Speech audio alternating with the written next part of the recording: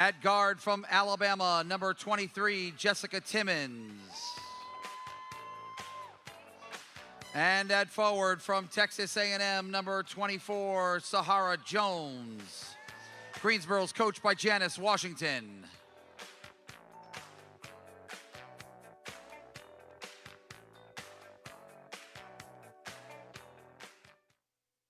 It started with an idea.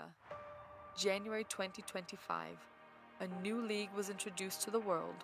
4 cities chosen to lead the way: Jacksonville, Savannah, Greensboro, Charlotte. A foundation was set, but this was only the beginning. Fast forward to October 2025, the 4 teams found an identity, a name, a logo, a coach, from expansion teams to showcases to local tryouts. We stayed busy building. Good afternoon and welcome to Summer Camp Day at VyStar Veterans Memorial Arena. Over 2,000 fans expected here at Campione Law Court as the Jacksonville Waves go for their 6th straight win over the Greensboro Groove. Alongside Alexis Pierce, I'm Mia O'Brien. Thanks so much for spending your lunch break with us here live on UPSHOT League TV. Alexis, you joked about it before we came on the air. We're going to be hearing the sound of over 2,000 young campers from Northeast Florida and beyond here today. The electricity is very much in the air, especially given Jacksonville is rolling after a sweep of the Savannah Steel last week. Absolutely, Mia. And I'll tell you, when I played, I looked forward to these camp games because the kids don't care who they're cheering for. They're just happy to be here.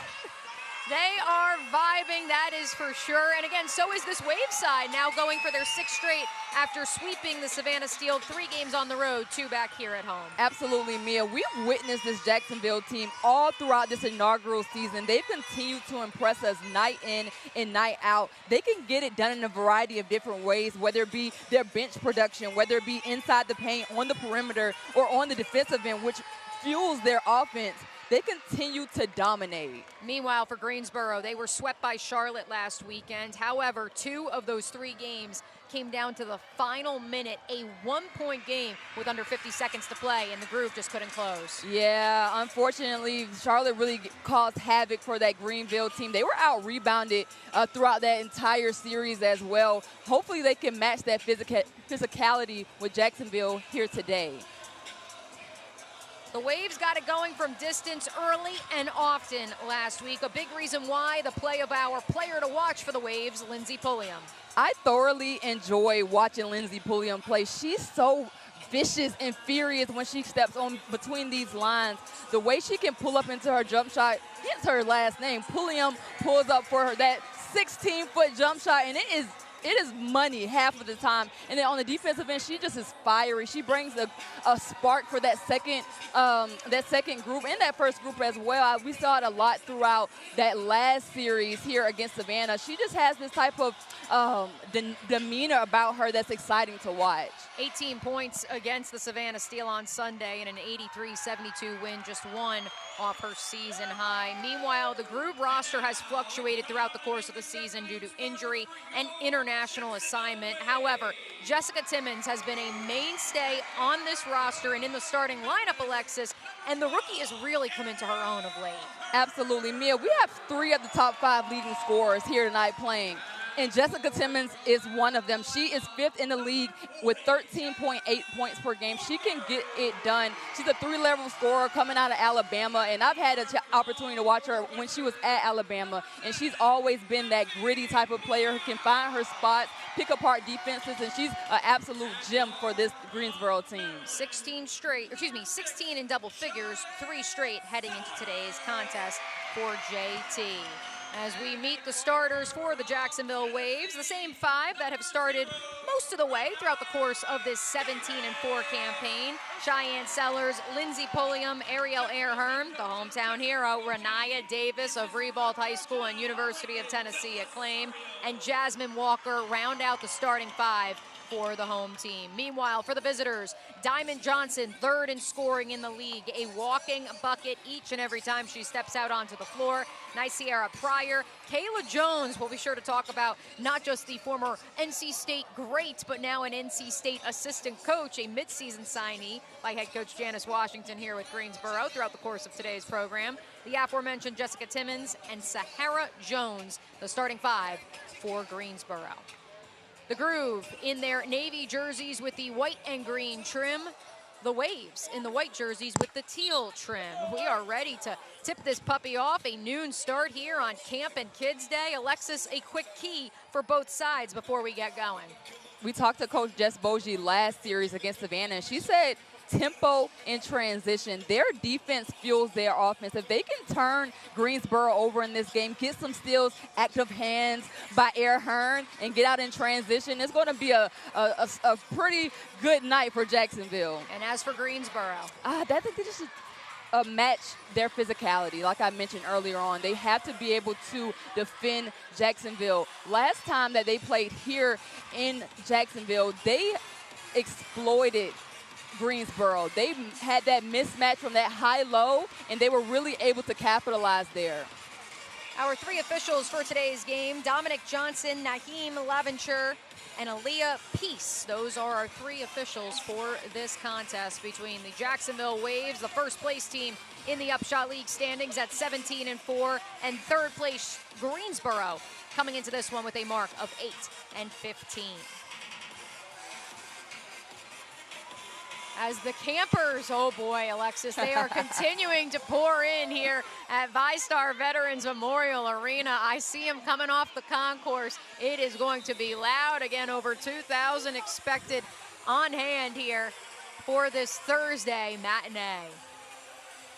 The head coach for the Jacksonville Waves is Jess Bogie. The head coach for the Greensboro Groove is Janice Washington. Jasmine Walker, Sahara Jones on the center circle for our opening tip. And we are underway at Campione Law Court. Almost immediately, Nicera Pryor darts the other way with it.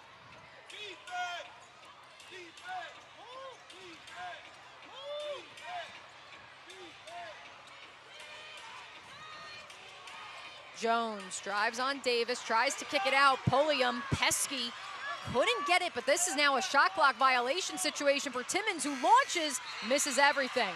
And that's what you want to see early, getting active hands on the ball, forcing a shot clock violation there. As always, we appreciate all of you hanging out with us on UPSHOT League TV. You can catch each and every game of this inaugural season on YouTube. Almost 100 of you hanging out with us on your lunch break. Thanks so much for spending time with us. You can also catch each and every broadcast on Mixlr. Air Hearn, the first olive out of the jar for either side, picking up right where she left off last week. Absolutely, Mia. When we were deciphering who was going to be the player of the game, it was between Air Hearn and Lindsey Pulliam, albeit we went with Lindsey Pulliam, but Air Hearn can fill it up. Both had 18 in that victory on Sunday here against the Steel. Jones inside, Kayla Jones. The law firm coming to play early and often. Love that cut there by Kayla Jones.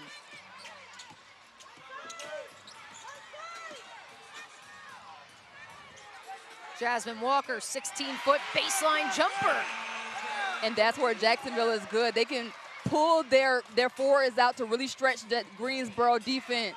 Really nice decision by Walker there. And it's something that Jess Bogie has been very open about. She recognizes she has forwards who can pack the paint, but she also has those stretch bigs like Jasmine Walker who could certainly stretch the floor and step out from three-point range. Here she is. That's not Diamond Johnson, that's Nicera Pryor. Also checking in at 5'3", just like Johnson at 5'4". She rolls her way to the rack for a pair with one more coming at the line. Just a really good job by Pryor there, just turning the corner. And we talked about it. Cheyenne Sellers fouling, getting in foul trouble early. Hopefully she doesn't pick up two here early on. Pryor, the pride of Sacred Heart University and Texas A&M, completes the three-point play, knotted at 5, almost 2 minutes gone. Kicked ball by Timmons. Timmons wanted that to be on second review. She said, yep, I kicked that. Thought maybe a little extracurriculars from Pulliam. No whistle. We play on.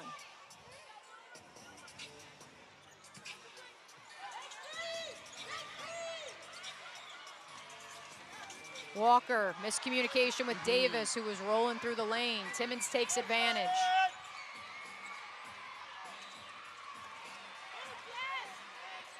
Here's Kayla, one-on-one with Jasmine Walker. Kicks it back out. Sahara Jones launches for three off the front of the iron. Here comes the up-tempo Wave signature style of play, but Jessica Timmons, her second steal and as many chances down the floor, can't finish on the other end. Jacksonville already playing that high-octane offense and defense, and Greensboro is matching it so far. Kayla Pointer in at the point for Jacksonville. First substitution made for Jess Bogie here, 7:28 to play in the first. Handoff. This is Diamond Johnson. Can't connect from long distance. When I say that that Greensboro is matching this high-octane offense by Jacksonville, the four losses that Jacksonville has, two of them is by Greensboro. And now two of Jacksonville's 3 field goals, courtesy of Ariel Hearn and the 3-ball. Everybody seems to show up for this Jacksonville team, something that we've noticed.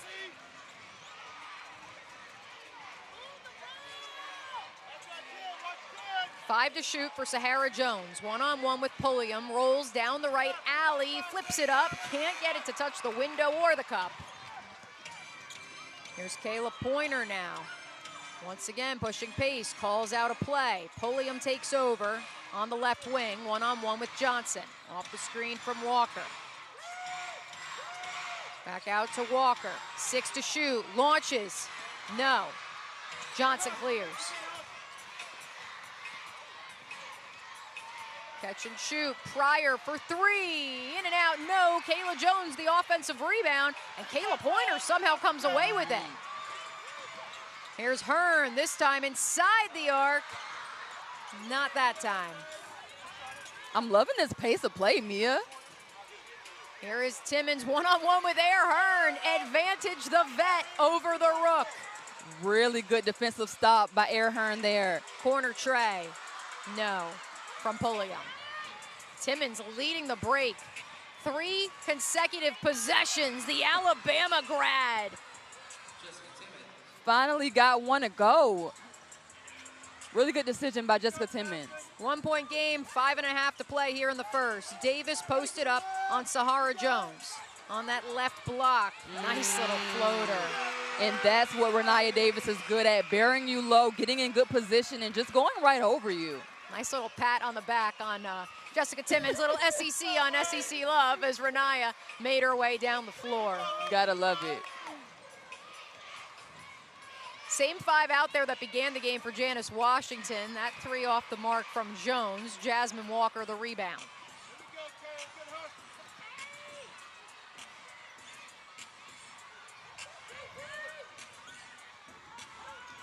KP, ooh, nice little assist there to Jasmine Walker.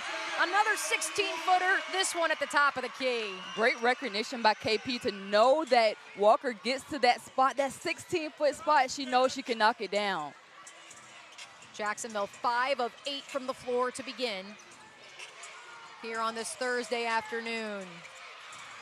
The Waves still searching for their first 3-pointer. Here's Walker, a 3-level scorer. That time she takes it all the way to the rim. The Jacksonville Waves doubling up the Greensboro Groove early. This has been a fast-paced game, Mia. I think we need to go to timeout as well. Let's catch our breath when we come back. More to come from the Jacksonville Waves and the Greensboro Groove live on UPSHOT League TV. For organizations facing critical needs. Headquartered here in Jacksonville, Florida, and operating nationwide. CSI combines the scale of a large firm with the personalized service of a boutique partner.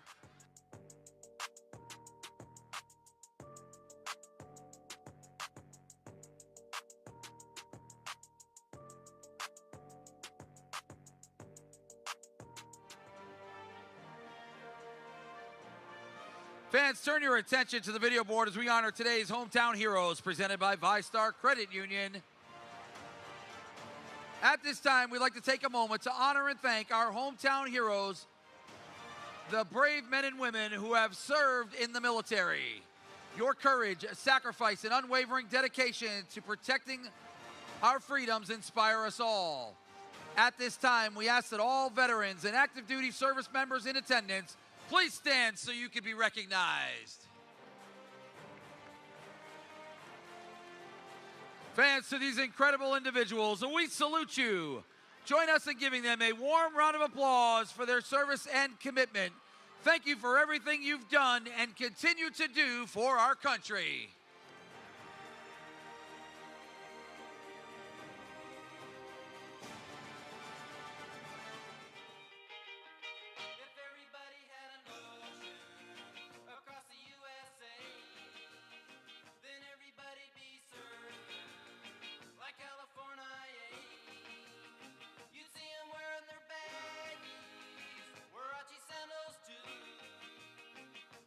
Bushy blonde hairdo, serving USA. You'll catch him serving at inside, outside Ventura County line. Inside, outside Santa Cruz and inside, outside Australia's Caribbean. Inside, outside all over Manhattan, outside and down Doheny Way. Inside, outside everybody's gone serving USA. We'll all be planning out a route. We're gonna take real New Cupid. The Jacksonville Waves shooting a scorching 63% from the floor to open up this summer camp day matinee at VyStar Veterans Memorial Arena. Thanks so much for hanging out with us. Mia O'Brien, Alexis Pierce, Alexis Jacksonville scoring at all three levels, seemingly at will. What does Janice Washington's side have to do to slow down the pace of play? Yeah, I said it, Mia. Tempo and transition is the name of the game for this Jacksonville team. Right now, they just have to take care of the basketball. Jacksonville's at their best when they're allowing their defense to fuel their offense. They have to be able to slow this Jacksonville team down.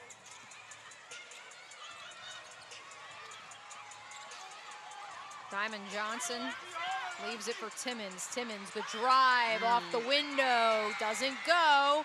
The putback, though, is good from Sasha Washington. Just checked into the ball game. Ooh, I would have liked that to go for Jessica Timmons, but good recognition there by Washington to be available for that rebound. First whistle of the contest is going to go against Kayla Pointer of the offensive variety. Of note for Greensboro, no Sydney Shaw, Amaya Joyner, or Kiara Leslie today, so a short-handed Greensboro team on the road, down by 5, 3:50 remaining in the first. Hey, Mia, something to note here. Diamond Johnson has not scored in this basketball game as of yet. The third leading scorer in the UPSHOT League, Kristen Williams, the former UConn standout, has also checked in, as has Aduk Bulgak, who's got her first steal of the night. Or should I say day? Yeah, we always do that because we are always playing a 7 o'clock game, but we have the kids game here today. But really good job by Aduk Bulgak to move her feet and get in front. Get a turnover there. 5 to shoot for the Waves. Pointer threads the needle for Nia Davis. Oh, that would have been a highlight reel. Touched the rim, though, so it's a fresh 14 for the Waves. Here's Bulgak, spots up, splash. Mia, that is almost an automatic make for Aduk Bulgak. That is her spot. She nails that at a high clip. Her three-point field goal percentage has dipped below 40%. But man, oh man, that doesn't tell the whole story when it comes to the former Florida State Seminole from distance. Another three-point opportunity awaits the Greensboro Groove. As we take one more look at the take from Jessica Timmons, that foul will go against the aforementioned Aduk Bulgak. Jessica Timmons, a chance for more. She has 4, leading scorer so far for Greensboro. Yeah, Jessica Timmons just turning the corner with ease and absorbing that contact by Aduk Bulgak. She's been extremely aggressive here in this first half.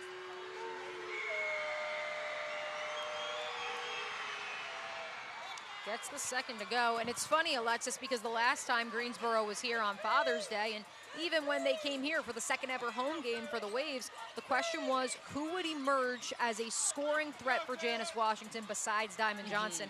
Jessica Timmons, not just because of the longevity on this roster, but I think really coming into her own as more than just a three-point specialist, has answered the call. Yeah, because they'll need somebody to score, and she's doing it all for them. But I like to see Diamond Johnson get going. But when she does, it's going to be a nightmare for Jacksonville. And we know, much like Air Hearn, the second leading scorer in the UPSHOT League and the leading scorer for Jacksonville, so often for Diamond, that's in the second half of ball games. Here is Johnson now in the pick and roll with Washington. Oh, nice look for Washington, the up and under. Great patience by Sasha Washington to get Jacksonville in the air there and just go right up under.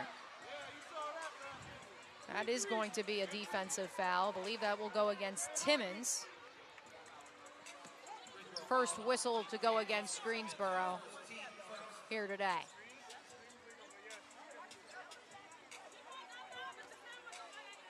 Hearn, Bulgak, Sellers, Pointer, and now Taylor Soule, who's checked in at the 4 spot for Jess Bogie on the floor for Jacksonville. Hearn controls it along the left wing.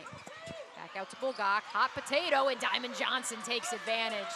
Head full of steam all the way to the rack. Much like Jacksonville, Diamond Johnson utilizes her defense to get her going on the offensive end. Maybe that will really fuel her right now. Third steal so far for Greensboro, 8 minutes into the contest. Spin move in the paint from Taylor Soule. Nice job from Sasha Washington to redirect it from behind the back. Here's Timmons off the window.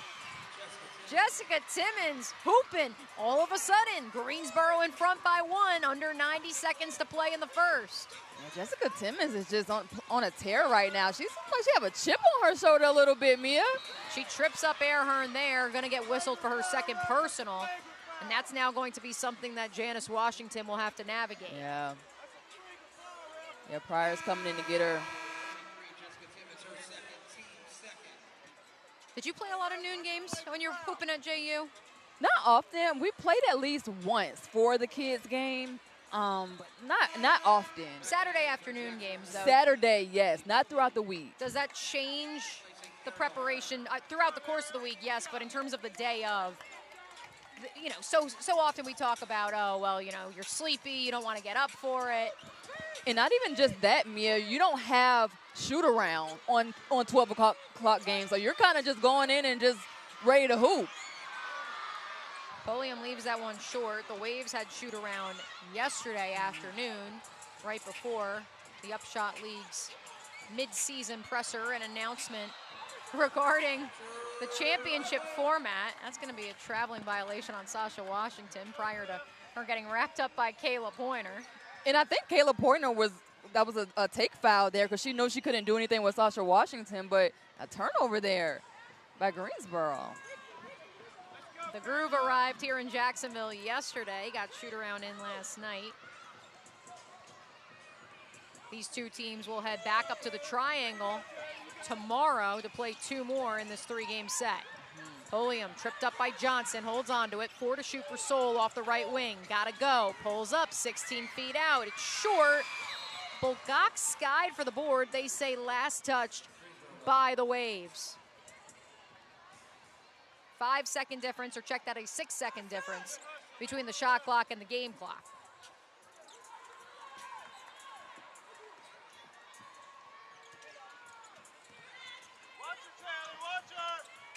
Tight defense from Pulliam on Johnson. They swing it around, top of the key. Williams now to Johnson, catch and shoot, yes!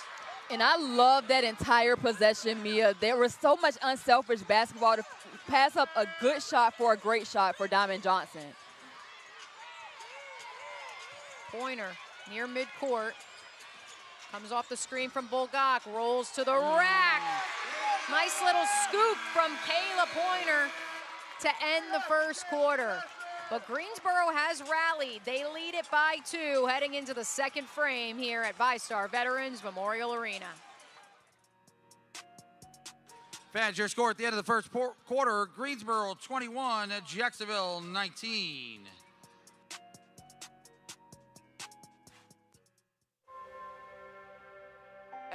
starts somewhere. Sometimes it starts by seeing what's finally possible.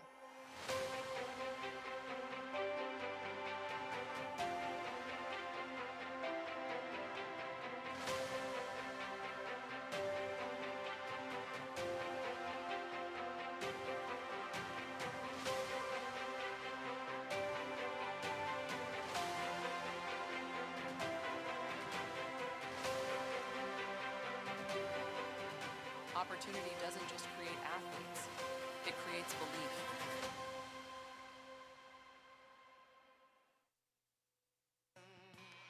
Fans, don't forget, if you'd like to take a shot from half court at halftime for just $5, head over to section 106 now.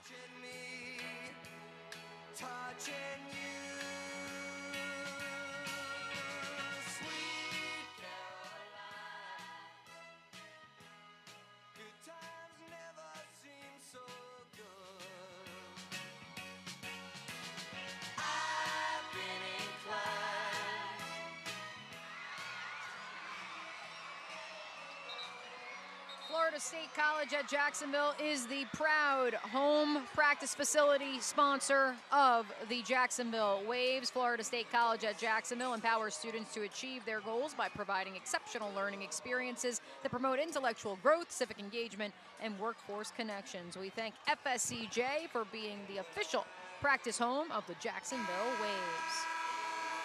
The Waves finding themselves in a bit unfamiliar territory here as we begin the second quarter of action. Alexis Pierce down by 2 to the Greensboro Groove. Yeah, I mean, they were down for a little bit in that first quarter, but bounced back. But a lot of that came from their defense. And then, obviously, like we mentioned, Diamond Johnson getting going. But I really enjoyed the way that Jessica Timmons has been playing earlier on. But she has 2. I wish she was a little bit smarter there picking up that second foul. She needs them. They need her on the floor right now. Lindsey Pulliam's take at the rim doesn't go. Johnson, the rebound. Jessica Timmons leads both sides with, she leads the Groove with 7 points. Ariel Hearn with 11 early. Nice offensive rebound there from Sasha Washington, and the putback, her second make of the day. And Sasha Washington, 7th in the SEC in rebounding. She leads in that category for this Greensboro team. Davis decides to pull up herself. In and out, no good. Kristen Williams was activated off the injured reserve on July 16th. Missed the entire month of June. Good to see number 8 in the navy and green back out there. A UConn product. Knows how to get it done on both ends of the floor. She gets it to Diamond Johnson, who launches the 3. Washington and Pulliam jockeying for position under the rim. I think they're going to get Pulliam for that one. Yeah, that was a really good job by Sasha Washington, establishing position early, causing Lindsey Pulliam to get out of position. Good recognition there by Sasha. Washington to trigger. It's Sasha Washington, Diamond Johnson, Sahara Jones, Kristen Williams, and Nyciera Pryor out there. Oh, what a find. An absolute seed from Williams to Washington for 2 more. Now an offensive foul on Air Hearn. Another empty possession for the Waves.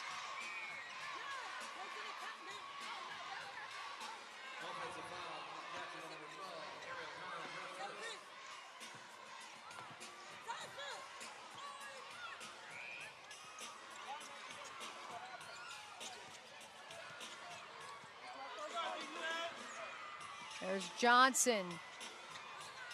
Can't get that friendly visitor roll the first time, but she does on the second effort. Diamond Johnson, so strong, able to back down Air Hearn and got her own offensive board and got a putback.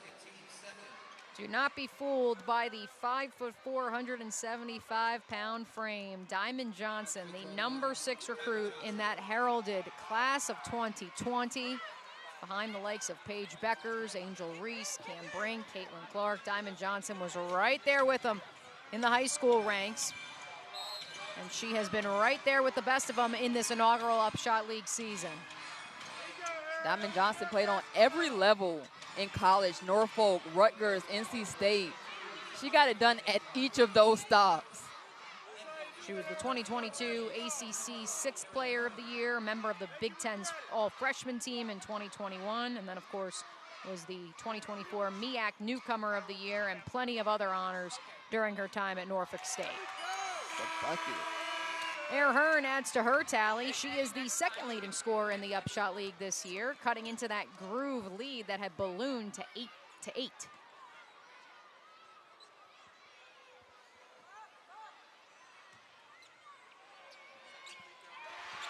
Hearn knocks down the first free throws of the day for the Waves. 8 minutes to play here in the first half. Johnson brings it across the timeline, slows things down, handoff from Washington, back to Johnson for a pair. Diamond Johnson held scoreless the first 8 minutes of this game. She's got 9.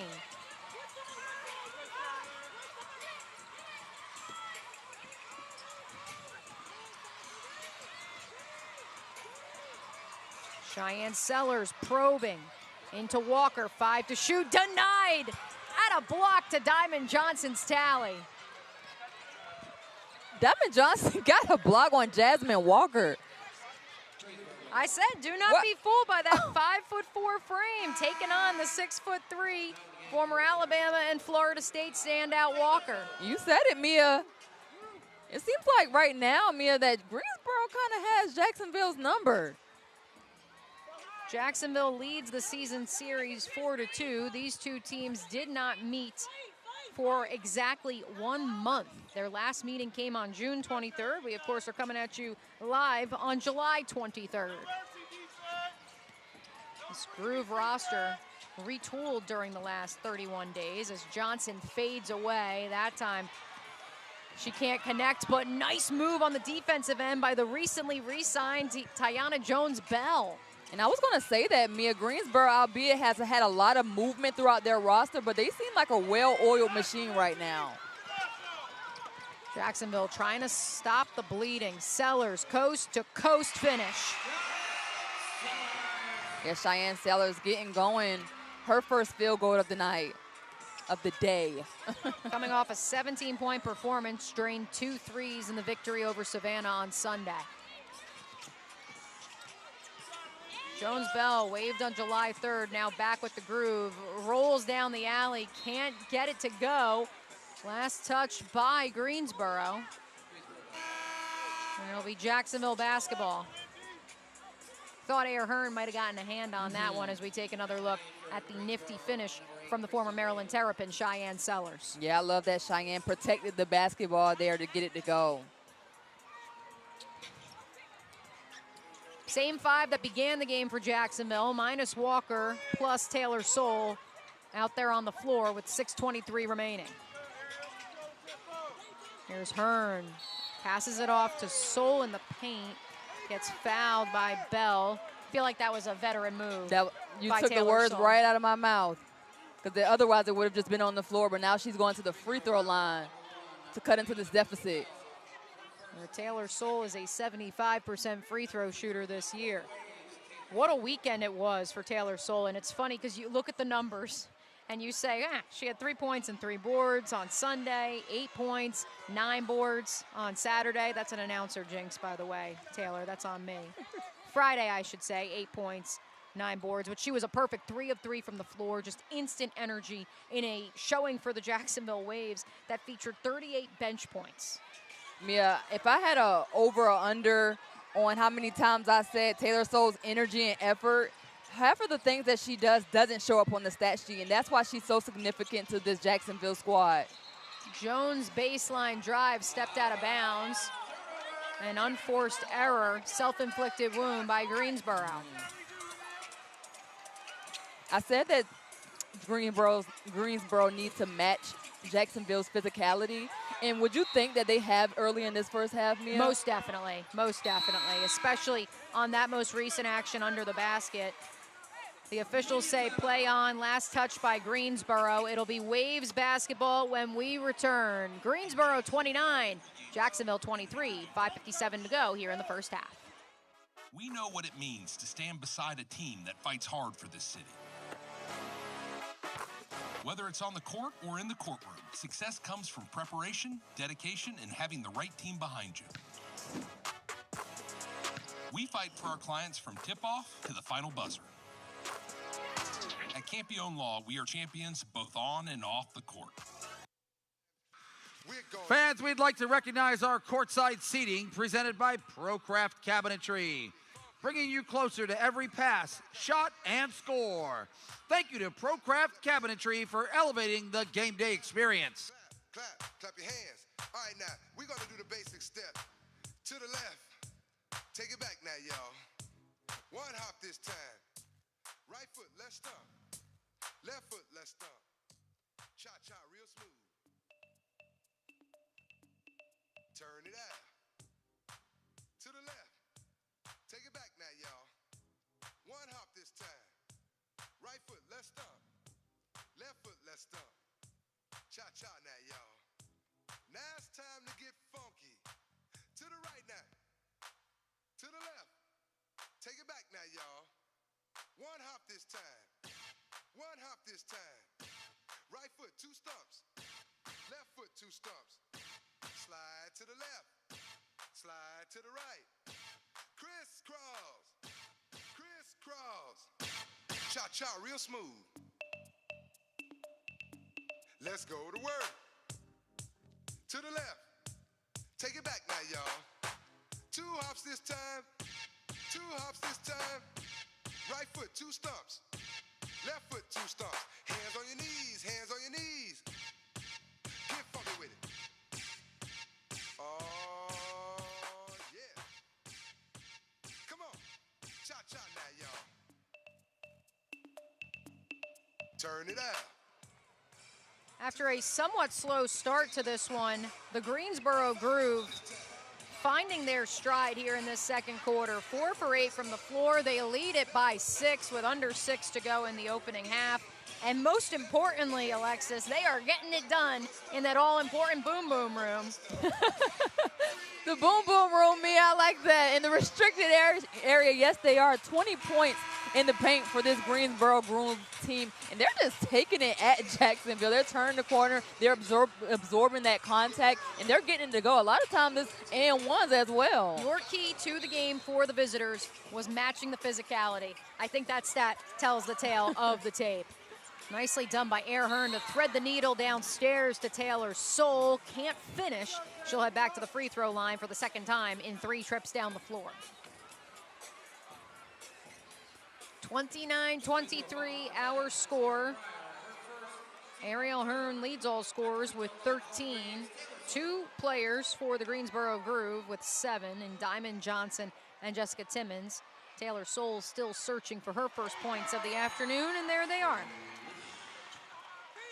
I'm glad you said that after she let it go, Mia, because, you know. I jinxed her on that 0 for 2 trip to the line. I said, that's on me, Taylor. That is all on me. Again, we appreciate all our friends hanging out with us live on UPSHOT League TV on YouTube. Almost 150 of you spending your Thursday afternoon with us, including our commissioner, Donna Orender, who, of course, is at All-Star Weekend up in Chicago, but still locked in on this Thursday matinee. 8 to shoot for the Groove. Jones launches, nothing but net. There was so much action going on throughout that entire offensive sequence by Greensboro. Really good job by just being patient, finding the open jump shot. Really good job by Greensboro. After a 1 for 5 start from distance, the Groove really cooking from 3-point range. Spotting up from about 14 feet out was Pryor, leaves it short, but now it's going to be a foul. Let's see if that goes against Pryor. I think that will be an offensive foul against Nyciara Pryor. Yep, that's her second too, Mia. So she's got 2 and Jessica Timmons has 2. We have not seen the Alabama product here in the second quarter after she erupted for 7 early in the first. Madison Griggs, the sharpshooter out of Memphis, has checked in for Jess Bogey's side. There's Soul, guarded by Washington. Over to Sellers in the corner, trying to feed Renaya Davis inside. Turnaround, Jay, yes. It's like, same thing I said about Duke Bugak. It's like it's almost automatic there for Renaya Davis. She just has mastered that little turnaround jump shot. So patient there by Renaya. Really good job. Still a 7-point game. Jacksonville needs a stop here. Washington to the corner. Oh, what good ball movement from this Groove side. Back to Washington in the paint. Leaves it for Pryor. Easy lay-in. And you said it, Mia. That ball movement right there on that possession was absolutely impressive. And again, this is a Groove team that has made multiple roster moves in the last 31 days since we saw them here in the River City. It's a great coaching job by Janice Washington. Back-to-back buckets for Renaya Davis in front of her hometown crowd. Yeah, right now, Renaya Davis is just using her size. I think they might have to switch. Sasha Washington may need to get on Renaya Davis just to cause some havoc there. Sahara Jones, excuse me, back-to-back threes for the former Texas A&M Aggie. The lead, the largest it's been today at 9. Another one from Davis. Yeah, right now what's happening right now, Mia, no one was on Renaya Davis there. There has to be some type of bump, something to throw Renaya Davis off. She can't just roam in that restricted area. And track meet has broken out here at VyStar Veterans Memorial Arena. Finally, the Waves get a stop, slow things down. Empty possession for the Groove. Taylor Soul. They say all ball from Sahara Jones under the basket. We play on. And I have to agree there. Really good defensive stop by Sahara Jones. Jones thought about the three again. Instead, she takes it all the way to the rack. Sahara Jones has upped her level of play here in the second quarter. Oh, nice move in transition. Hearn, Davis, Soul the finish. Little forward-to-forward connection by Renaya and Taylor Soul. Gotta love it. The lead back down to 6. Under 3 to play in the half. Here's Johnson off the screen. The high ball screen at that from Washington. The floater doesn't go. Sellers dumps it downstairs. Renaya Davis cooking in the second quarter. She's got 8. Yep. Utilizing their defense to fuel their offense. 10 overall, 4 made field goals here in the frame.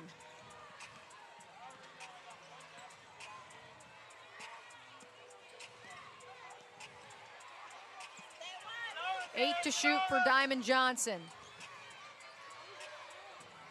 They swing it back to Jones. No. Davis with a rebound. She's got 5 of them to go along with those 10 points. Spin move underneath. Air Hearn, extra pass to Taylor Soul, doesn't go. Pryor takes advantage. I love that though by Air Hearn. She's so unselfish at times, sometimes too unselfish. I just would have liked her to lay it up by herself. A spin move from Jones. That one does go. Back and forth, 90 seconds to play in the first half.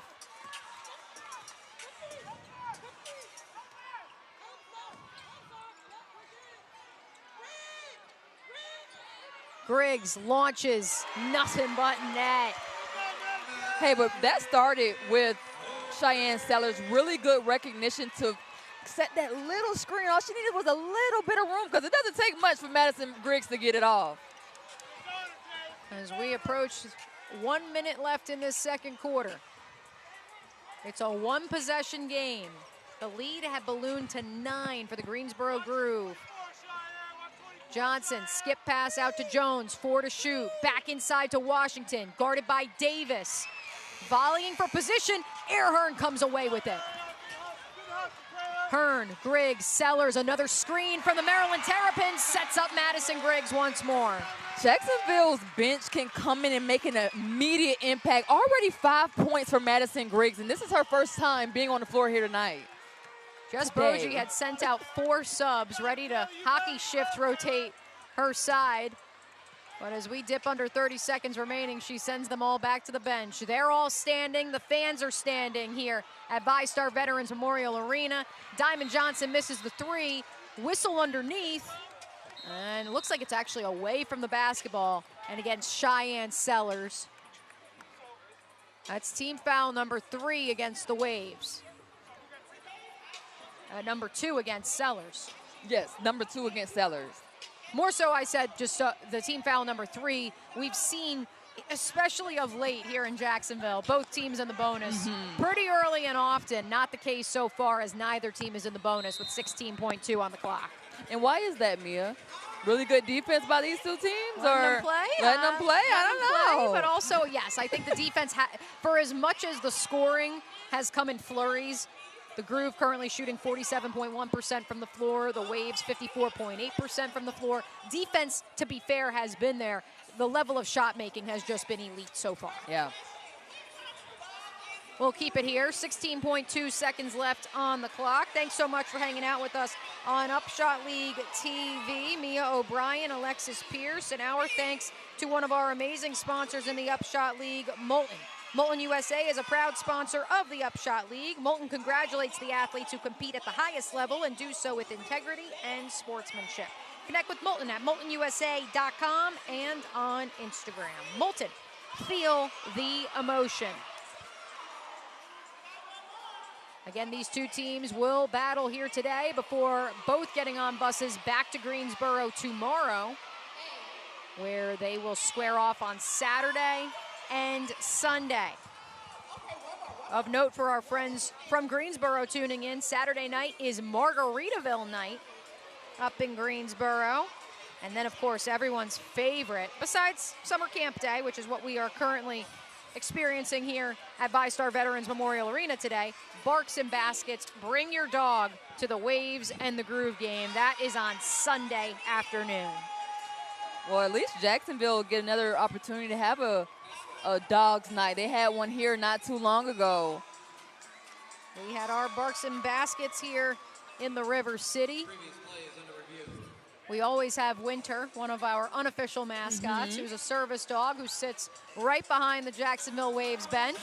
I was getting ready to say, where's Millie at? Millie is milling about. Across the way, right here. Right on signing autographs, courtside. doing what she does, you know. She's got a lot of fans today that she's got to interact with who are under the age of 12. So we are very much in Millie's wheelhouse. Yeah, she's popular today for sure.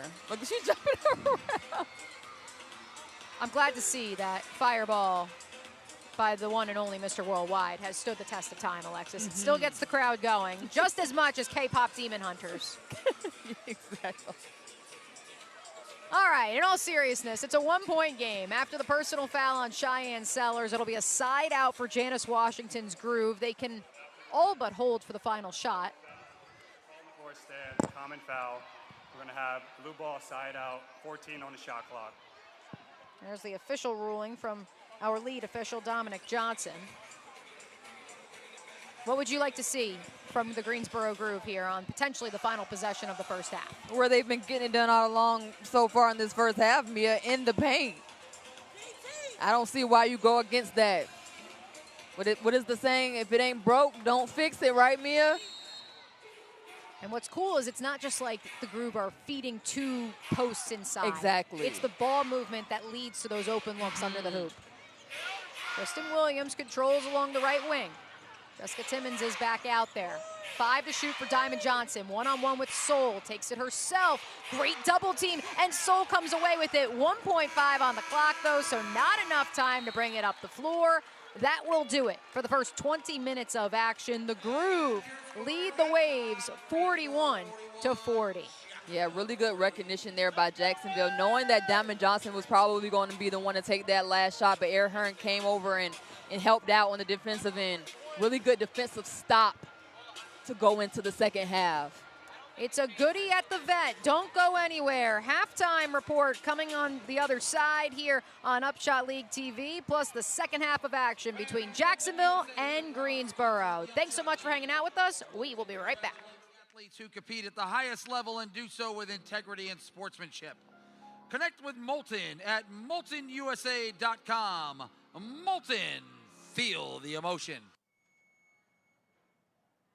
I know you wanted me to stay, but I can't ignore the crazy visions of me in LA. I heard that there's a special place where boys and girls can all be queens every single day. I'm having wicked dreams of leaving Tennessee. If Santa Monica, I swear it's calling me. Will make my mama proud. It's gonna cause a scene. She sees her baby girl. I know she's gonna scream. God, what have you done? You're a pink pony girl, and you dance at the club. Oh, mama, I'm just having fun on the stage in my heels. It's where I belong, down at the Pink Pony Club. I'm gonna keep on dancing at the Pink Pony Club. I'm gonna keep on dancing down in West Hollywood. I'm gonna keep on dancing at the Pink Pony Club. Pink Pony Club. I'm up and dolls are on the floor. Lovers in the bathroom and a line outside the door. Black lights and a mirror disco ball. Every night's another reason why I left it all. I think my wicked dreams are here from Tennessee. Oh, Santa Monica, you've been too good to me. Won't make my mama proud. It's gonna cause a scene. She sees her baby girl. I know she's gonna scream. God, what have you done? You're a pink pony girl, and you dance at the club. Oh, mama, I'm just having fun on the stage in my heels. It's where I belong, down at the Pink Pony Club.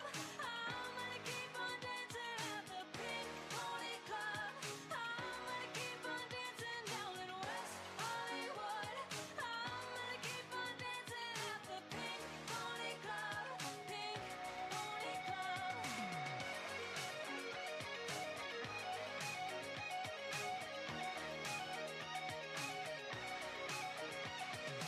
Don't think I've left you all behind. Still love you, and Tennessee are always on my mind. And mama, every Saturday I can hear your southern drawl 1,000 miles away, saying, God, what have you done?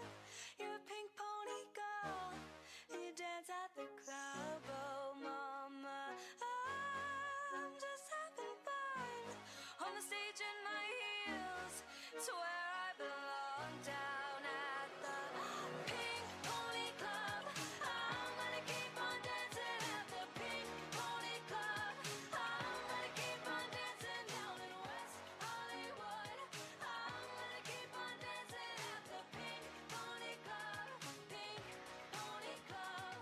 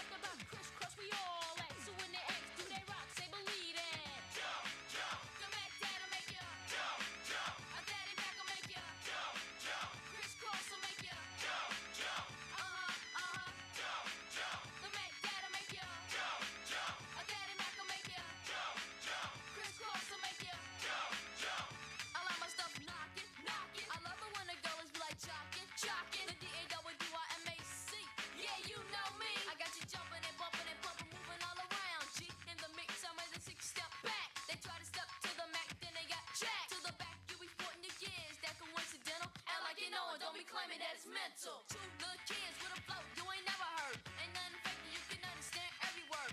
As you listen to my smooth melody, the daddy makes you J-U-M-P. Jump, jump. The Mac dad'll make you jump, jump. A daddy Mac will make you jump, jump. Crisscross will make you jump, jump. Jump, jump. The Mac dad'll make you jump, jump. A daddy Mac will make you jump, jump. Crisscross will make you jump. Fans, at this time, we'd like to say thank you to our partners at ViStar Credit Union for graciously hosting the Boys and Girls Club and Level the Playing Field.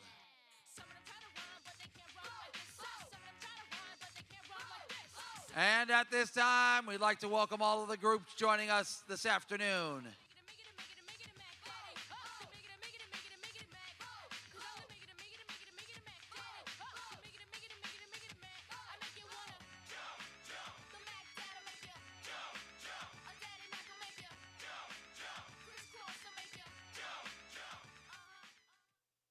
If I had a treat I can eat all day, all night, probably would be ice cream with a waffle cone. I like bowls too. Something about that cone. Yeah, vanilla ice cream. I know I'm playing. I'm sorry. But yeah, that would be it. I would say a honey dripper. I don't know if y'all know what that is, but we call it a honey dripper here in Florida. It's like a frozen Kool-Aid cup, and we only really eat it in the summertime. The summer treat that I want an endless supply of is chocolate ice cream because it's refreshing and I basically want it every single day. So. Remodeling your kitchen, bath, or laundry and not sure where to start? Visit ProCraft Cabinetry today. ProCraft has an expansive showroom with all the on-trend styles and a wide variety of colors to choose from. If you need help with your project, the team at ProCraft can connect you with a list of quality contractors in our area who can make your project come to life. When it comes to your home, insist on the best. Visit the team at ProCraft Cabinetry today and be inspired. Our clients operate in a world of constant evolution. At Forvis Mazars, we always look ahead. Listening to our clients' unique challenges and needs, we deliver audit and assurance, tax, and consulting solutions that are tailored and personal. We are Forvis Mazars, built for what's next.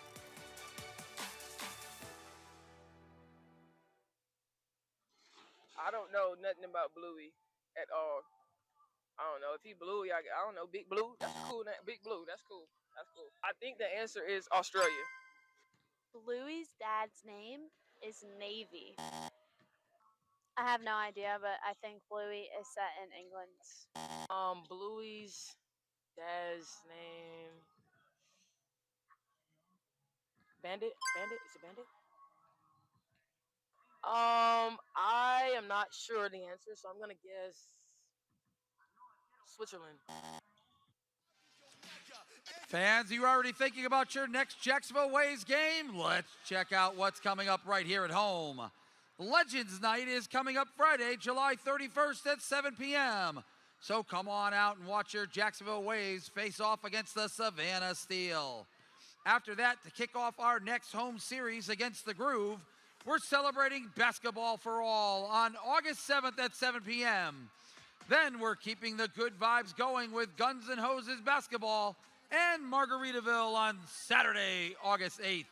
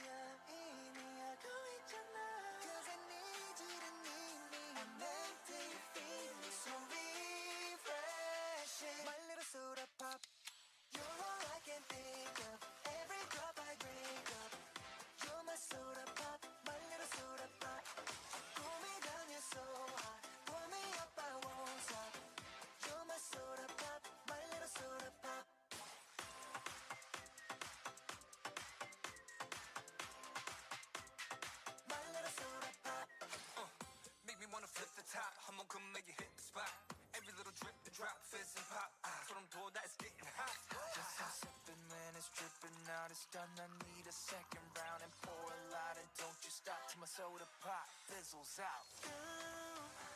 속에 그려왔던 너, 난 절대 놓칠 수 없어. 널 원했고 I waited so long for a taste of soda, so the wait is over, baby. Coming through New York, just can't get enough. All I can think of, every drop I drink of, you're my soda pop, my little soda pop. Pull me down, you're so high, pull me up, I won't stop. You're my soda pop, my little soda pop. You're my soda pop. Back here in Jacksonville, the Waves trail the Greensboro Groove 41-40 here on Summer Camp Day at VyStar Veterans Memorial Arena. Alongside Alexis Pierce, I'm Mia O'Brien. Alexis, back and forth affair has felt like a track meet at points between these two sides, with both teams shooting both officially are shooting more than 52% from the floor. Yeah, it's been a fun one here, Mia. I think this has been the first game to where it's like, wait, we're already in the second half. It's been a really high-octane offense by both of these two squads. And I'm excited to see how this second half pans out. We will have our first half highlights for you here momentarily, but first, inside the box score, Renaya Davis. I don't know if this is a miscalculation or maybe not. I think they may have taken some points away from one Ariel Hearn, who now is listed as having 8 points. Renaya Davis has 10. Sahara Jones with 10. Diamond Johnson with 9. Sasha Washington with 8. Jessica Timmons with 7. As we do take a look at the first half highlights here from Campione Law Court. The Jacksonville Waves going for their 6th win in a row after sweeping the Savannah Steel last weekend here at Campione Law Court. Yeah, Jacksonville just doing a really good job. Hearn coming off that screen and just knocking it down. She's just really excelled from that area. And then I've talked about it time and time again. Renaya Davis is just finding her spot. She does a really good job of bearing the defender and getting to her spot. And then, like we talked about, that tempo that Jacksonville has, getting out in transition, getting it done. Jasmine Walker had 7 early for the home team. Then came the bench. Kayla Pointer, Taylor Soule, big minutes for the Jacksonville Waves. Yeah, I thought that was really good recognition by Kayla Pointer to get that one to go. And then, like we talked about, Jasmine Walker knocking it down. Cheyenne Sellers has been, I talked about how she's relished with this Jacksonville team. Granted, they call her Rook, but she's been out there playing like a vet at times. 8 different goal scorers for the Waves, who trailed by as many as 9, as Greensboro found their groove in the second quarter. A 2-point advantage after the first frame, and then a 1-point, or now I should say, a 1-point advantage here at the intermission. The only player to play for Jacksonville and not score has been one Lindsay Pulliam, as a little bit of extracurriculars here on Press Row. All is well. All the technology is good. Hopefully you guys can still hear our Nat microphone. Thanks to Nice Sierra Pryor for attempting to stop that basketball. But hey, keep your head on a swivel. This is the UPSHOT League. Hey. Anything can happen. Speaking of the Greensboro Groove, only players to not score who've seen the floor: Kristen Williams, Tiana Jones-Bell. A really well-balanced scoring attack from Janice Washington's side here in the opening 20 minutes. Now, I will say, Mia, granted these two have not scored, but they've made an impact here on both ends of the floor. They've been involved in a lot of different situations and scenarios. Kristen Williams is really, we all know that Kristen Williams can fill up the basket coming out of UConn. And then Jones-Bell has been phenomenal on the defensive end. So we haven't seen it show up on the offensive end yet, but they have been playing really well early on. It's a 1-point Groove lead at half as we get ready to begin the third quarter of action. What do you think, Alexis, was the conversation in Jess Bogey's locker room? Right now, I don't think Jacksonville is playing bad.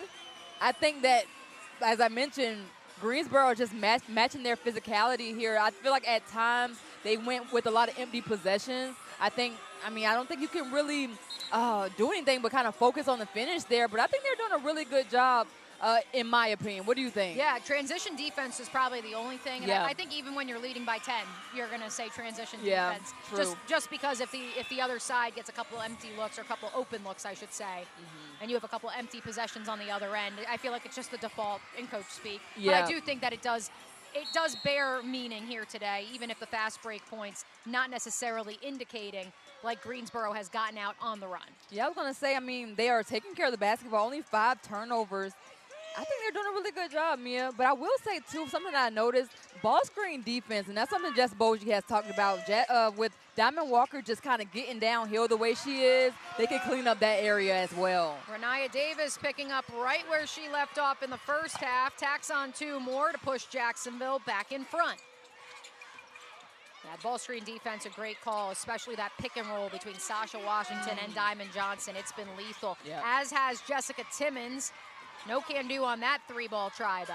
Good box out by Pulliam there. Oh, and a nice thread from Cheyenne Sellers downstairs to Jasmine Walker in transition. Yeah, I think maybe the conversation in the locker room might have been getting points in the paint, too, because right now Greensboro is leading in that category. Still a 1-possession game. Pryor off the screen from Jones gets it to go.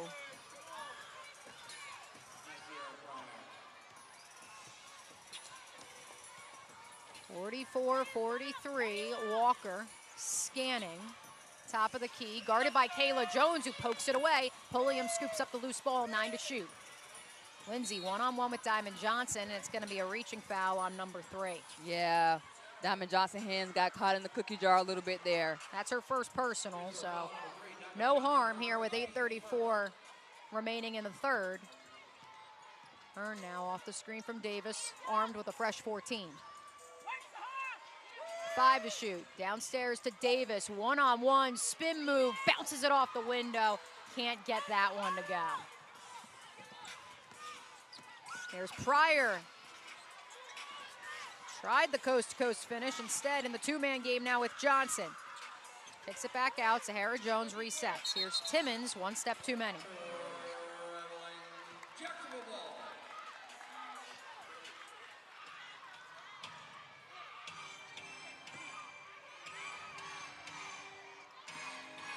Over 2,000 campers here today for Camp Day at VyStar Veterans Memorial Arena. We thank you for joining us on UPSHOT League TV. Mia O'Brien, Alexis Pierce, 10 to shoot for the Jacksonville Waves, who trail by 1 at the intermission. Now 5 to shoot. Sellers downstairs to Davis, fading away.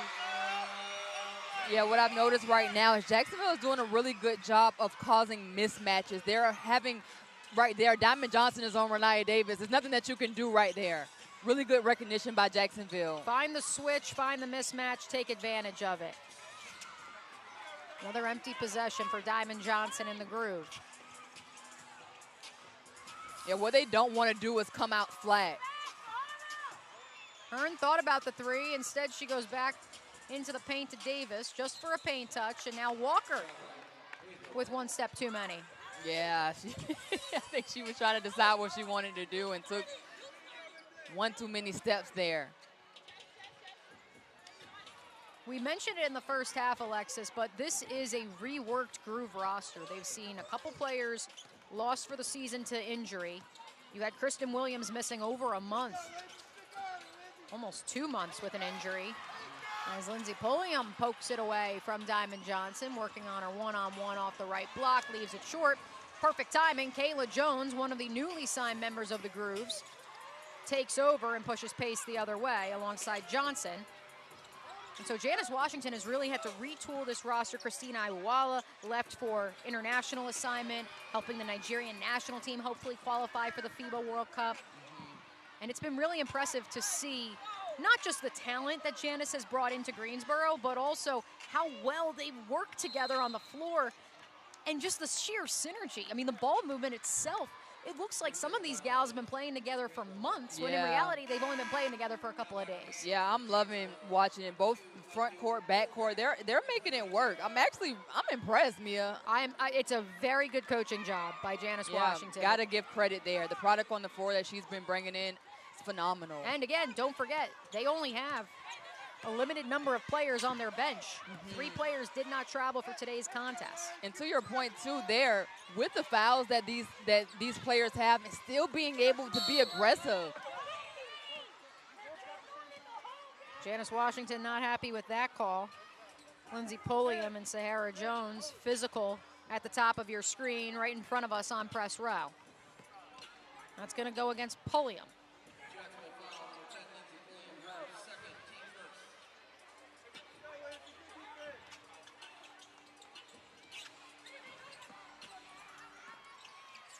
Fresh 14 for the Groove. Catch and shoot, Jessica Timmons. No, Adu Bulgak back into the game. The rebound. Foul's gonna go against Pulliam, I think, though, or is that against Sellers? Both players were jockeying for position with Sasha Washington under the basket. Yeah, I wanna watch that again, Mia. Extends the arm. Simple as that. Yeah, it was nothing that Pulliam was trying to be physical with Sasha Washington. That's tough. That's her third, and so that's something to monitor here as we progress through the third quarter. Yeah. 5 to shoot for the Groove. Diamond Johnson with a little wraparound action on Pulliam. Lindsay is fired up after the offensive foul goes against Diamond Johnson. That is her first, or her second, excuse me. Yeah, wraparound. That's an easy call for the refs. We play on. 46-43, 5:42 remaining here in the third. Here's Sellers, splits the defenders, into the cup it goes. Seems like Jacksonville's really settling in the second half. And once again, just like we saw against the Savannah Steel on Sunday when they were shorthanded, the sheer depth of Jess Bogey's squad, really, it's just the absolute dagger in second halves of ball games. Absolutely, Mia. Great point there. Nice defense from Ariel Hearn. Great job of keeping her feet against Timmons. Yeah, it's like these teams, they throw the first punch, and then it's like Jacksonville wears them down. There's Pulliam rolling through 2 defenders herself, and 1 opportunity. I love the energy by head coach Jess Bogey and Lindsey Pulliam firing her team up, and 1. We've dipped under 5 remaining in the third. Let's step aside. 50-43, Jacksonville out to a 7-point lead, matching its largest of the day.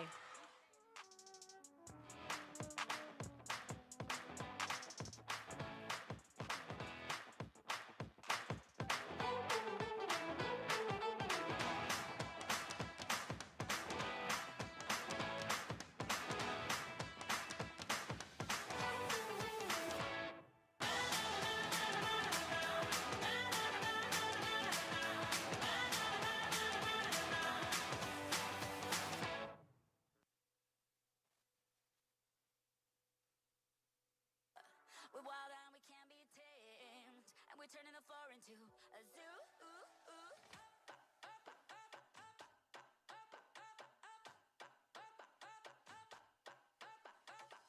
We live in a crazy world, caught up in a rat race.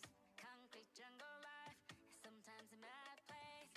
It's you and me together, the end of a wild day. Don't keep it all bottled up and release your energy. Only reason we are here is to celebrate in a place where anyone can be anything. Hold on to this moment, don't let it fade.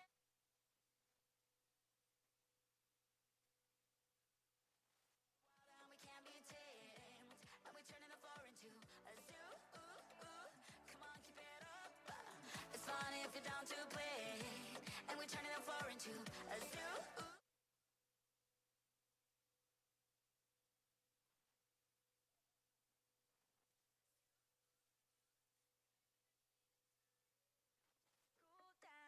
Continuous seek and find.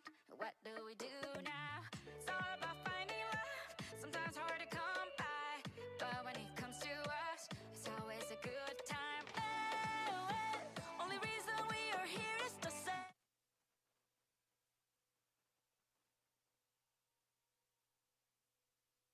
Don't let it fade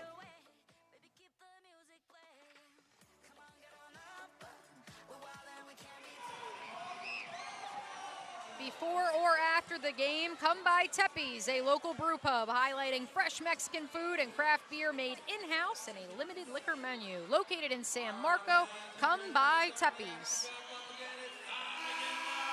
Jacksonville 50, Greensboro 43, 4:57 to play here in the third quarter. Alongside Alexis Pierce, I'm Mia O'Brien. Alexis, what has allowed for Jacksonville to begin this third frame on a 10-2 run? Defense, Mia, defense. We talked about it. Defense fuels Jacksonville's offense. And check this out, Mia. First and second quarter for Greensboro, over 40% from the field goal range. Right now, just 17%. Not allowing Greensboro to get into their spots like they were in that first half is what's made the difference here today in this second half. 26 points in the paint in that first half for the visitors as Lindsey Pulliam completes a three-point play. The Northwestern grad fired up after picking up her third foul and responding with the and one.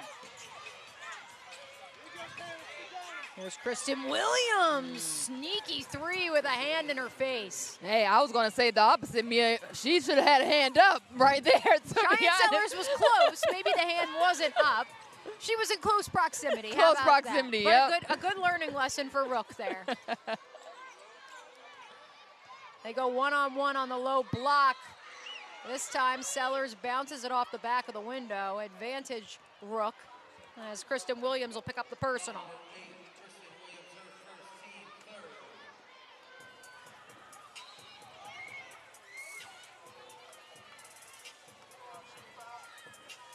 Kristen Williams asking the ref, hey, what was I supposed to do there? She felt as if she had her hands up.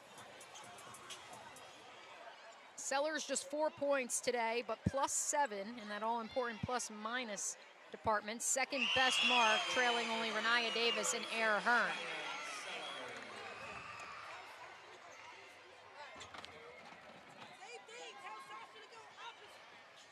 Cheyenne has really come on of late as knocks it down. Again, 17 points last time out. Been in double figures much of the last month. And had a season high last Wednesday against Savannah at another Kids Day. Williams inside to Washington. Nice double team, extra help from Taylor Soule. The baseline jumper on the other end from Jones doesn't go. Did the ball ever touch the rim there? It did. I don't think they reset. But nonetheless, right now Greensboro gets the basketball with 14 on the shot clock. Something to monitor. Taylor Soule grabbing at her shoulder. We know that she's had some shoulder struggles throughout the course of the season. Yeah. Hopefully nothing too outlandish. Williams to inbound, joined on the floor by Pryor, Washington, Johnson, and Sahara Jones, who controls it near midcourt with that fresh shot clock. Catapults one into the air. No, Adup Bulgak the board. There's Kayla Pointer back out to Griggs for three. Oh, that would have taken the lid off this place. It's like when Madison Griggs is on the floor, they know where to find her. Pryor hits the deck. Kayla Pointer and Taylor Soule try to take advantage. Another board for Bulgak and a reaching foul against Washington. Right now, Mia, it seems like Jacksonville is really speeding up Greensboro. In the first half, we noticed that they didn't shoot a lot of threes at all. And right now, they're shooting, and they're not executing right now at all. They're not, like, where they found their bread and butter was the paint. They haven't scored there yet.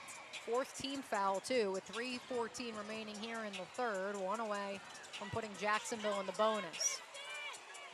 Nice post-entry pass to Pulliam. Can't get the jumper to go.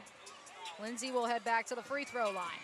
Yeah, right now, Jacksonville is taking advantage of mismatches, especially with the smaller Pryor on her. Just, oh, that was on Kristen Williams, though, came over the help side. Yep. And so that will be personal foul number 2 on Williams. Johnson has 3. Timmons also with 3.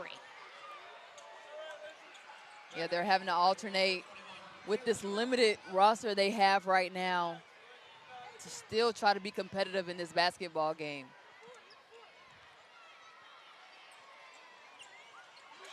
Pulliam splits the trip.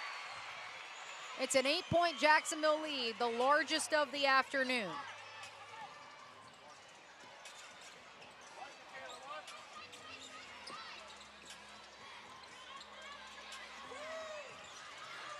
Williams, 7 to shoot, rolls with the left to the rack. Really patient effort from the veteran. Yeah, you gotta love that by Kristen Williams. Her first field goal, her second field goal of the night. Pace of play perhaps slowing down a bit as Jacksonville settles into its own half-court set. Pulliam and Bulgak in the two-man game. Whistle sounds.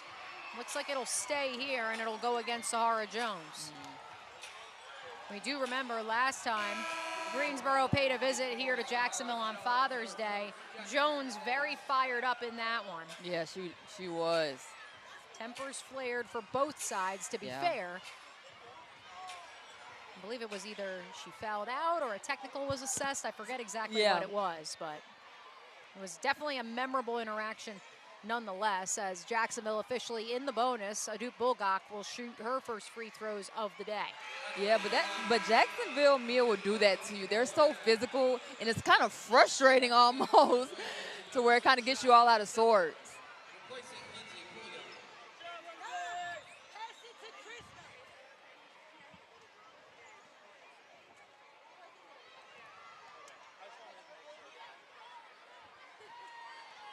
Adut makes them both.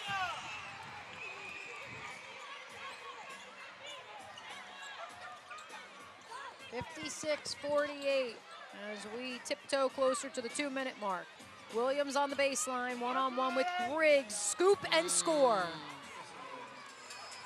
Kristen Williams, granted, she's had a lot of injuries throughout her career, but she still comes in and dominates night in and night out. Right now, you can see her kind of grabbing her brace there, but that is not stopping her at all in this one. Bulgak one-on-one with Jones. No, Pointer, the O-board.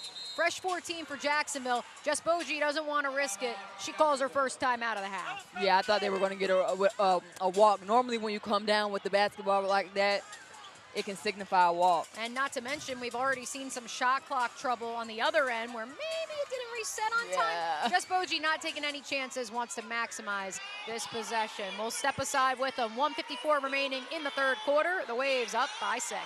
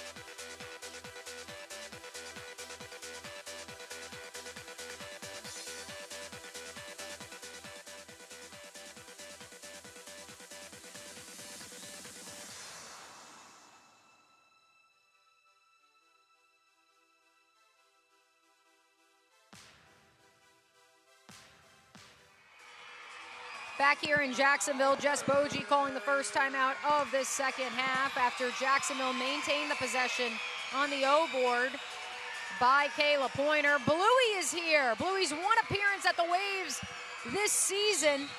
Hopefully you are amongst the 2,000 fans here in attendance. Alexis, if you could explain exactly why Jess Bogie called that timeout as Kayla Pointer was falling to the floor. Because sometimes when you grab that board and you come down and now you're moving on the ground, that can sometimes signify walk. There it wasn't, but sometimes I've seen in the past where that can be deemed a walk in certain different cases. Right there, that wasn't. So to be specific, Kayla Pointer did not walk. We're very, very much aware of that as Diamond Johnson. Because your momentum is already bringing you down, and now you're trying to get it out to someone. So Trying to avoid. You're trying to avoid the walk. Yep. Exactly. Exactly. We appreciate all of our rules officials, and we appreciate all of you hanging out with us here on UPSHOT League TV for this Thursday afternoon matchup between the Groove and the Waves. Diamond Johnson has cut that Waves lead back down to 4. Taylor Soul can't answer on the other end. Ooh, Jessica Timmons hit the floor hard. Good to see JT back up. I think she was banging the floor more just because she was disappointed. Saw that open space, wide open spaces, and a lot of opportunity on the offensive end. Sometimes gets tripped up. Yeah, just tripped up there. That would have been a really good transition, especially with the numbers that they had. It's Timmons, Kayla Jones, Sasha Washington, Kristen Williams, and Diamond Johnson out on the floor for Greensboro, trying to make this a one-possession game yet again. Off the bounce, here's Timmons. Oh, nice, tough bucket. Oh, and our officials.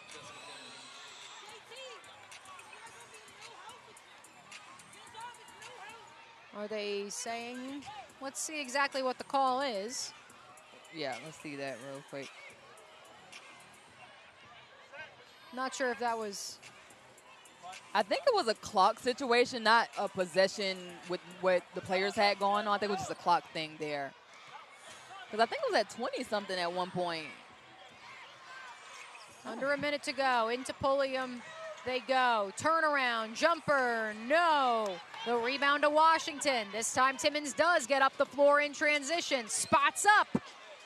Can't get it to drop. Sasha Washington, the offensive rebound. And Uproar went down in a hurry. Grabbing at her eye as she and Washington may have collided under the basket. Yeah, I like to see that one again. Sounds like it'll be an offensive foul on Sasha Washington. As our officials pointing at the monitor as if they want to take one more look to see if any extracurricular activity took place. Again, our 3 officials for today's contest, led by Dominic Johnson, our lead official, Naheem Laventure, and Aaliyah Peace. They have yet to head over to the monitor as they deliberate here at midcourt. Yeah, the call on the floor right now seems to be Sasha Washington with the offensive foul as she was going up. Might have thrown an elbow to a Duke Bugak, which is why she's grabbing at her mouth. But right now, like you mentioned, just trying to see if it was anything extracurricular there.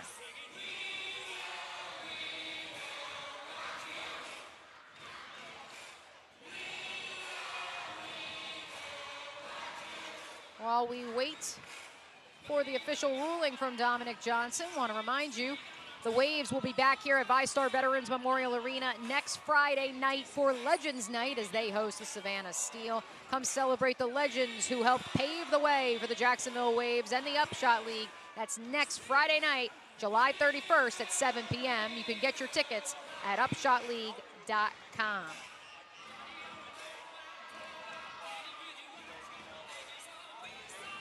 After Friday, a little bit, I would say, Alexis, of not as much of a homestand as we've seen in the month of July for the Jacksonville Waves.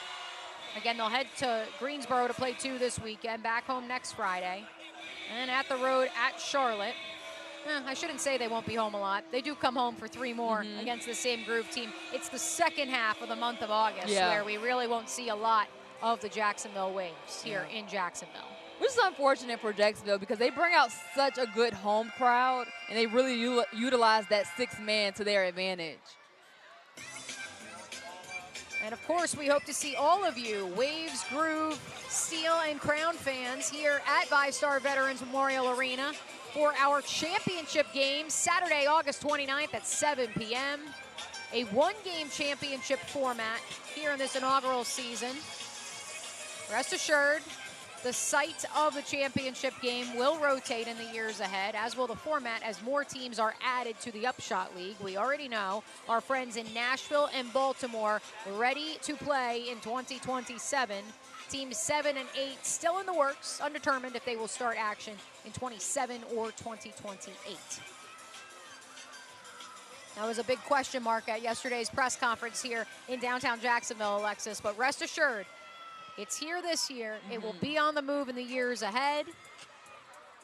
Our friends who are the ownership group up in Nashville were actually in the live stream of yesterday's press conference, and Nancy was very adamant. Nashville is going to be bidding for the championship game in 27 and 28, and we are very excited to have Nashville and Baltimore join the UPSHOT League. Yeah, Mia, I'm honestly just excited about the growth of women's basketball in general. Having these young ladies come out and still, albeit not playing in the W, but they still have an opportunity to showcase their talents on a big stage in front of their friends and family. That is near and dear to my heart as a former basketball player. And they get to play in front of crowds like this here in the United States. Let's turn up the volume a little bit.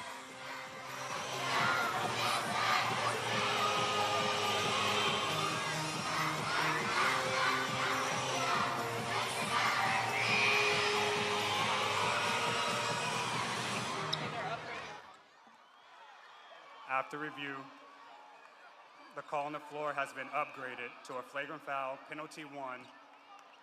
White 2 will be shooting 2 free throws and then retain possession sideline with 24 on the shot clock.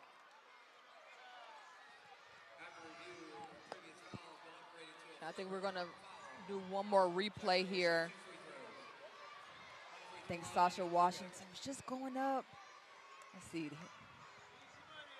So Duke Bulgak was standing right outside the restricted area. That, in fact, is an offensive foul. Granted, it's a natural movement. I mean, when you go up, your arms go up and they have to come down. But really good job by the officials, because at the end of the day, you have to protect the players, whether it was involuntary or involuntary. At the end of the day, you got to be able to protect the players, and that was a really good call by the refs there. You also don't want this game to escalate to a point where acts like that are play on. Yeah. And then tempers continue to flare. Yeah, it was a lot of W games on yesterday, and I saw that exact same call of Chelsea Gray kind of went back and hit I don't remember who it was, and it was like, yeah, when you're running, your body naturally moves in that motion, but as a ref, you got to be able to protect the players. Bulgak 1 for 2 at the line. Jacksonville maintains possession as well. Under 30 seconds remaining here in the third. Diamond Johnson, her second steal of the afternoon. Flips it up into the cup. Easy finish. It's a 1-point game once more. Diamond Johnson just has a knack for the basketball. For her to read passing lanes, get out, easy layup for her for 2. Now this game is only a 1-point game to go into the fourth quarter. Hopefully. Oh. And Taylor Soule is going to the line again. Whistle under the basket. Taylor Soule back to the free throw line for the third time here today.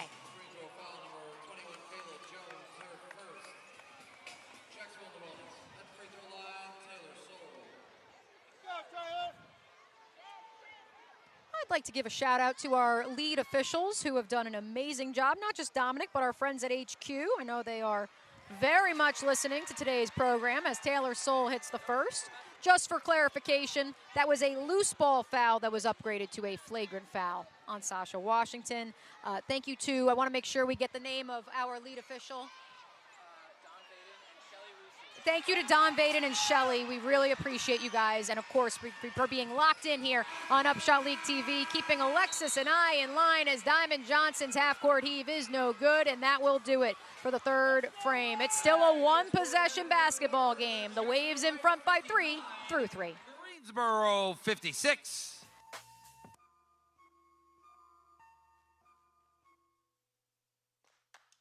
Need a ride? Getting to your appointments just got easier. The Florida Department of Health in Duval County can provide free transportation to and from appointments at Department of Health locations. Don't let transportation stand in the way of you and your family's health. Visit duval.floridahealth.gov or call 253-1000 for more details and to schedule your next ride.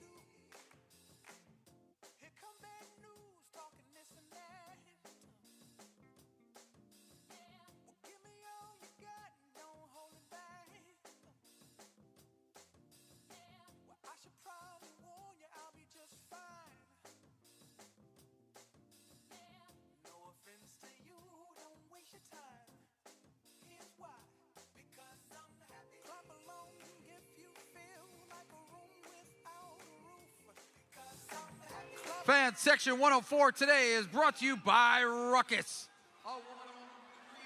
Dunkman is the official uniform sponsor of this inaugural UPSHOT League season. We thank the big man Shaquille O'Neal and the Dunkman brand for powering these dynamic and unique uniforms for our founding 4 teams.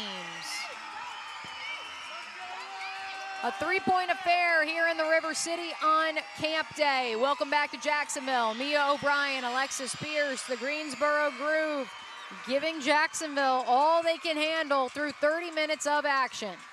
Kayla Jones, Jessica Timmons bring it up the floor, almost mishandled by Washington. Timmons corrals the loose ball.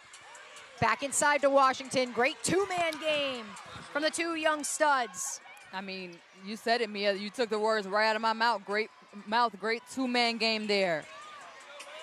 It's a 1-point game yet again. Pulliam pulls up. No. Walker, the offensive rebound.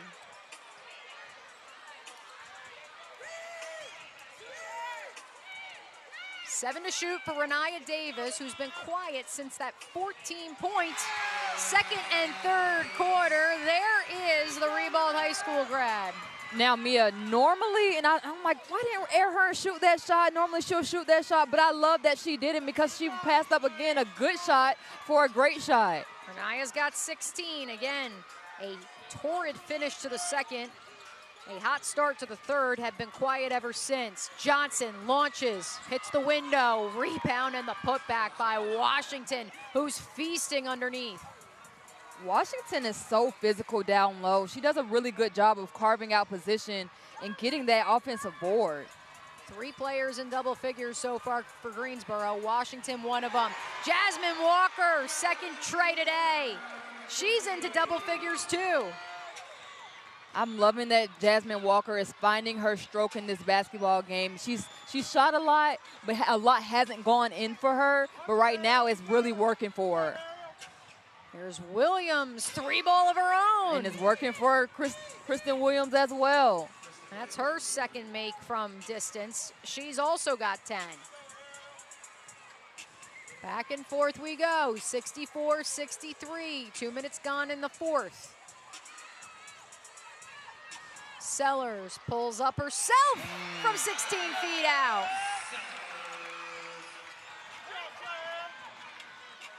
Alexis, while the pace of play maybe not at the fast break pace we saw earlier, the shot making remains elite. Jacksonville shooting over 50% from the floor. Greensboro more than 51. Yeah, Mia, the shot selection. Everything but for Air Hearn as she skied to the rim. That hurt me. You're falling over here on press row. Because I'm just like, how does that not go in? Because I was, to that point, Mia, I was going to say they're shooting high percentage shots. That was a high percentage shot that Air Hearn makes 9 out of 10 times. Let's see how she fares this trip down the floor. Walker and Jones one-on-one in the corner. Air Hearn almost tallied another rebound there. Instead, she's the last one to touch it, and it'll be Greensboro basketball. But Air Hearn is unfazed. I'm sad for her. She's just like, next play. That's why she is the undisputed leader of this Waves team. We had the young Emma Von Essen, the youngest player on this Waves team, and Madison Griggs, the sharpshooter out of Memphis, third-year pro, on Talk It Up, our official UPSHOT League coaches show on Monday. And when I asked them where the culture of this team comes from, they both said 2 words: Air, Hearn. Ooh. Air's got 8, the Waves have 66, the Groove have 63. Come on back for the exciting finish, 7:03 remaining. And family care from birth to senior. Our pledge is to get you feeling great.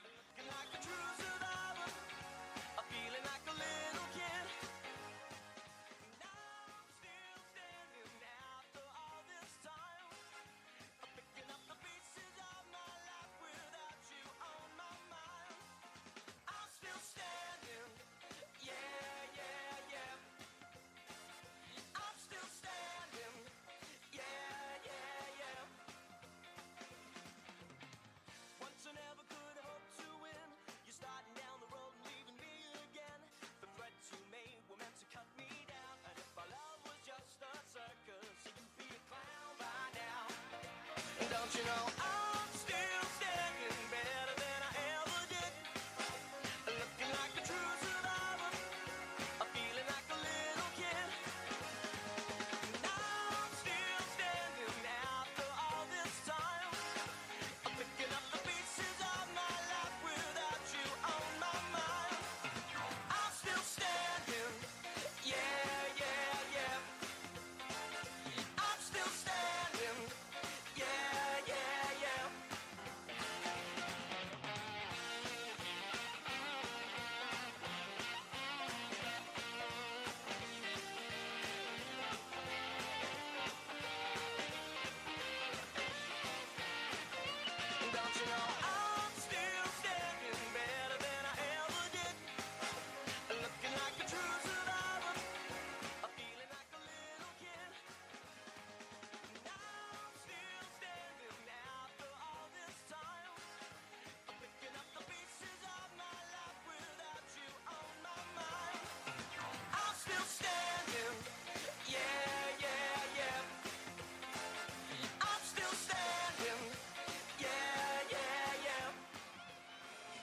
A 3-point game on Kids Day, 7:03 to go. What more could you ask for? Alexis Pierce, as the same 5 that began the game for Jacksonville make their way back out onto the floor. Ditto for the Greensboro Groove. Oh, man, this has been a really, really great game out here in VyStar Veterans Memorial Arena. I've enjoyed the level of play from both ends. Mia, I just want to note this really quickly. This is a 3-point ball game. Ask me how many times Greensboro has gone to the free throw line this half. None. Really? None. How many have they for the game? 3 total free throws Yes. for the whole game, and all 3 of those attempts came in the first half. So what does that say? They're earning their buckets. Nothing is coming easy for this Greensboro team. And we just talk about their limited numbers. We talk about the heart that this team has. It's exemplifying here tonight. Only down 3, and they have not been to the free throw line. They're earning everything they're getting. I love it. And in contrast, Jacksonville, 13 of 17 at the charity stripe. Diamond Johnson leads all scorers with 17. Here's a 3-ball from Kayla Jones, rattled around and out.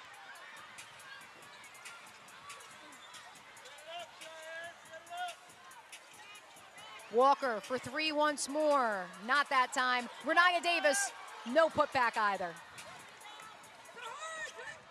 Diamond Johnson up the floor to Kayla Jones. Easy deuce. Just great recognition. What can you say about Diamond Johnson? Just a really good pass ahead there. Easy bucket. Hey, that's that NC State connection. Yeah. Kayla Jones, Diamond Johnson playing together for Westmore in Raleigh. 6 to shoot for Jacksonville. Here's Hearn from Caitlin Clark range, short. Lindsey Pulliam tried to pull down the O board, fell out of bounds. They're gonna say last touched by the teal and white.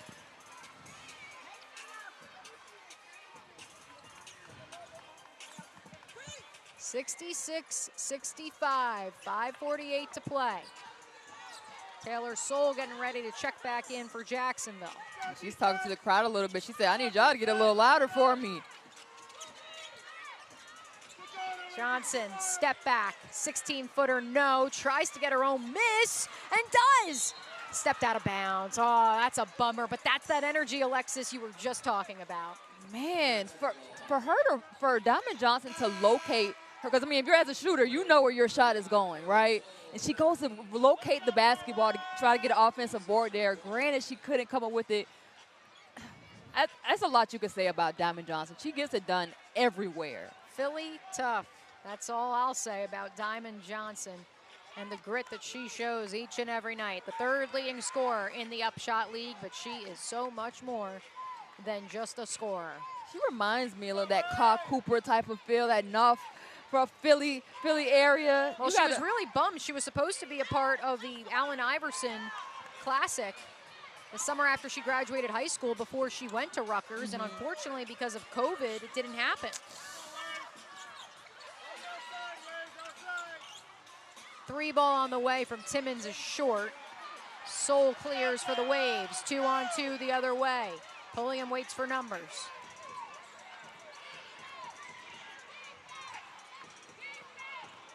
Sellers, the drive. Can't get the finish. Davis can. Yeah. Yeah, nobody was on that backside to help to rebound, and Davis just came up with it. Really good job there by Renaya Davis, hometown hero. Her season high is 25. She's threatening that mark right now.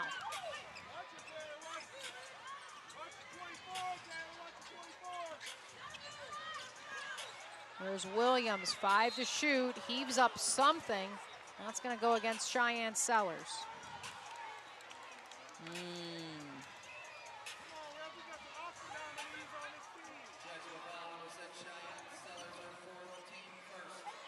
Oh, I have to say, Mia, I didn't see much there. I didn't see much there initially either, but I wanted to rewatch it and see. I think Kristen Williams got bailed out. But really good veteran recognition there too. I mean, any way to get to the free throw line and get points on the board, it works for me. And like you said, especially when you're Greensboro and you've only been to the line 3 times so far here today. Absolutely. Williams, a native of Little Rock, Arkansas. Illustrious career at UConn from 2018 to 2022. Misses the second. Still a 2-point game as we approach the 4-minute mark. There's Air Hearn scanning. Now leaves it for Sellers and Bulgak. Pointer off the screen, drives. Can't get that to go either. That feels like the 3rd or 4th layup on the way to the rack, or short three-foot field goal, let's call it, that Jacksonville has missed. I feel like, Mia, with this length of a season in a lot of games in such a short amount of time, you got to utilize that backboard, utilize your front a little bit, because right now it seems like the legs aren't under them right now. Miss from Timmons. 3.5 to play. It's still a 2-point ball game. It's still anyone's game. Yeah, it's been such a really high-intensity, high-tempo game. Bulgak hits the deck, 5-on-4. Soul off the window, no. Back to the free throw line she goes. Taylor Soul with just 1 made basket here today, but 4 for 6 from the line. It looked like Sahara Jones is asking for a review, which they wouldn't be able to, but she says she grabbed her nose, so clearly that was a reaction to something hitting her nose. Yeah, I think Taylor Soul might have extended that arm a little bit. Dominic Johnson, Naeem Laventure still discussing here at the top of your screen. And they are going to indeed take a closer look at the monitor to see if any incidental contact occurred that could be deemed flagrant. Let's hear from our lead official. Previous play is under review for possible flagrant. You heard the man. Let's step aside. 3:18 remaining as the Bluey dance cam is about to get underway. In a 2-point ball game between the Waves and the Groove.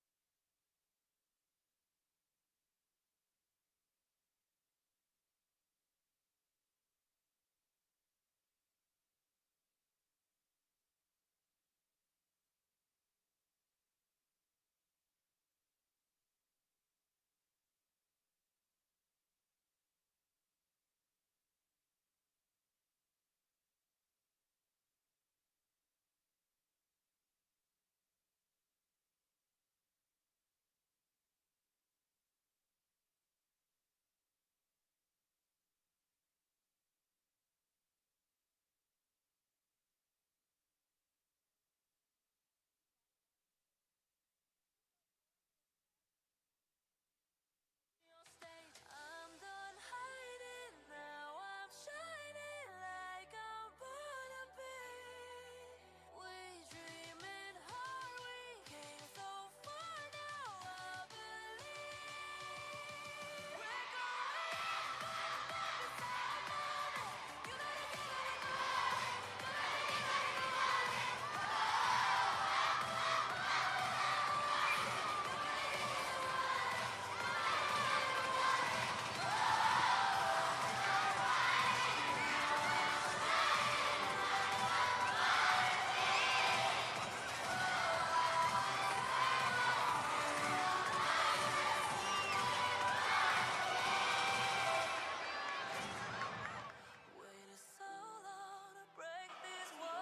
After review, the common foul stands. However, we have a flail on the offensive player, white 35. So anyone on blue will shoot 1 free throw. Then a resumption of play will be white 35 shooting 2 free throws.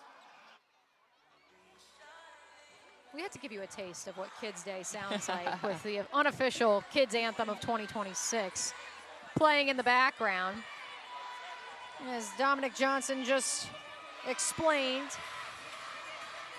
1 free throw for Greensboro, Alexis, and then 2, as expected, from Taylor Soule coming up. Yeah, I figured that was going to be the call.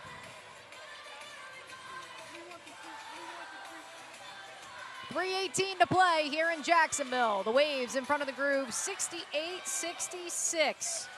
Thanks so much again to everyone hanging out with us on UPSHOT League TV this Thursday afternoon. Almost 200 of you hanging out with us as Diamond Johnson misses the free throw, a rare miss for an 86% free throw shooter. It touched everything but.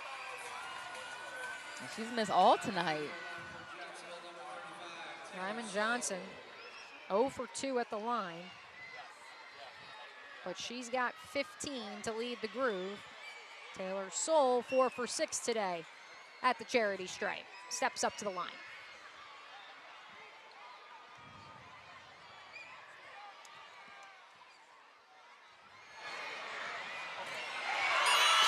Gets the friendly roll.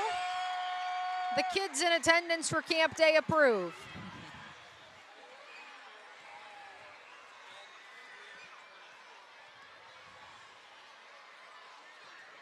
Oh, they wanted the Groove to make that free throw because they were going to do 6-7. That's how you know it's camp day. Still an opportunity, I suppose.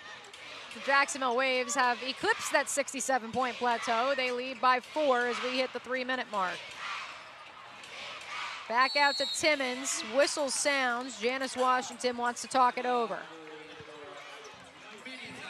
Let's keep it here in Jacksonville. Again, upcoming schedule. These two teams will do battle once again Saturday and Sunday up in the Triangle. Some fun theme nights coming up. Margaritaville night on Saturday the 25th in Greensboro, and then Barks and Baskets for the Sunday matchup between the Waves and the Groove. A 4 p.m. tip-off Saturday, 2 p.m. tip-off on Sunday. Jacksonville then comes back here to the River City for next Friday's matchup. So a little bit of an extended layoff, Alexis, to get their sea legs back under them after 3 games in 4 days during this series with Greensboro. They'll face the Savannah Steel, 7 o'clock tip-off next Friday night. I am here to tell you, Jacksonville sports fans, that, well, yes, the Jaguars will have practice Friday morning. They are off on Saturday, so no training camp to attend to. All the more reason, spend your Friday night. You can sleep in on Saturday here with the Jacksonville Waves. They'll then have actually not truly, my math was messed up there. They will be busing up to Charlotte the very next day. I thought that was the next Sunday that the Waves would face the Charlotte Crown up in the Queen City. No, they will bus up the next day and face the Crown on Sunday, August 2nd. They'll then come back here to Jacksonville for a 3-game interweek set with the Groove. Friday, August 7th, Saturday, August 8th, and then the following Wednesday, August 12th. I do wonder if the Groove will go home, or I would assume they'll probably end up staying here in Jacksonville, but never say never. The Charlotte Crown played here 2 back-to-backs, 2 weeks in a row, and they went back to Charlotte after the first series. As for the Groove, after they wrap up this weekend series Sunday at home with Jacksonville, they have a Thursday night tip with the Charlotte Crown this upcoming Thursday, July the 30th. They then truly do have a week-plus layoff before Jacksonville and Greensboro play again here at VyStar Veterans Memorial Arena. Yeah, probably much needed too, Mia. Especially, again, with all the roster fluctuation, international assignments for players on Janice Washington's roster. By the way, if you want some more UPSHOT League action, be sure to tune in tonight when the Crown and the Steel square off at M Market Arena. That's a 7 p.m. tip that you can catch right here on UPSHOT League TV and Mixler. You also can catch that one, I believe, with our local over-the-air affiliates, WCCB up in Charlotte, WJCL in Savannah. Play resumes here. 4-point game after the timeout by Greensboro. Corner tray, Sahara Jones in your face. Just how they drew it up. That's love the execution there by Greensboro. That was to a T. It had to have been, because Coach Janice Washington clapped after she made that jump shot. Soul trying to hand it off to Kayla Pointer. Finally does, but only after Nicera Pryor. A reaching, no, that may go against Pointer. Let's see what the official ruling is, but judging by the reaction from Kayla Pointer, I'm not so sure that was a simple reaching foul on the defender. I'm not sure the refs are talking things over right now, but we shall see. They're still discussing as Kayla Jones taps the scorer's table. She will be checking back in. Doesn't look like we will have an extended delay. Our lead official is still out there. Conversation taking place here at the scorer's table between Naheem Laventure and some of our officials with the UPSHOT League.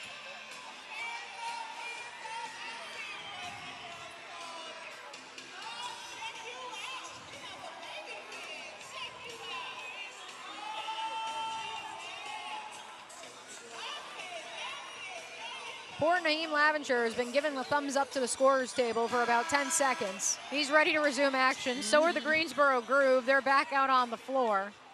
The Waves still talking it over.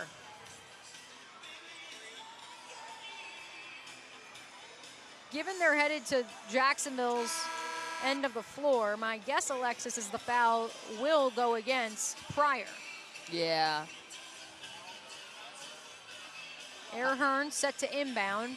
in a 1-point basketball game. 2:39 remaining here in the fourth. Greensboro in a 1-point game lead. Have you heard that script before, Groove fans? Pulliam, floater, no.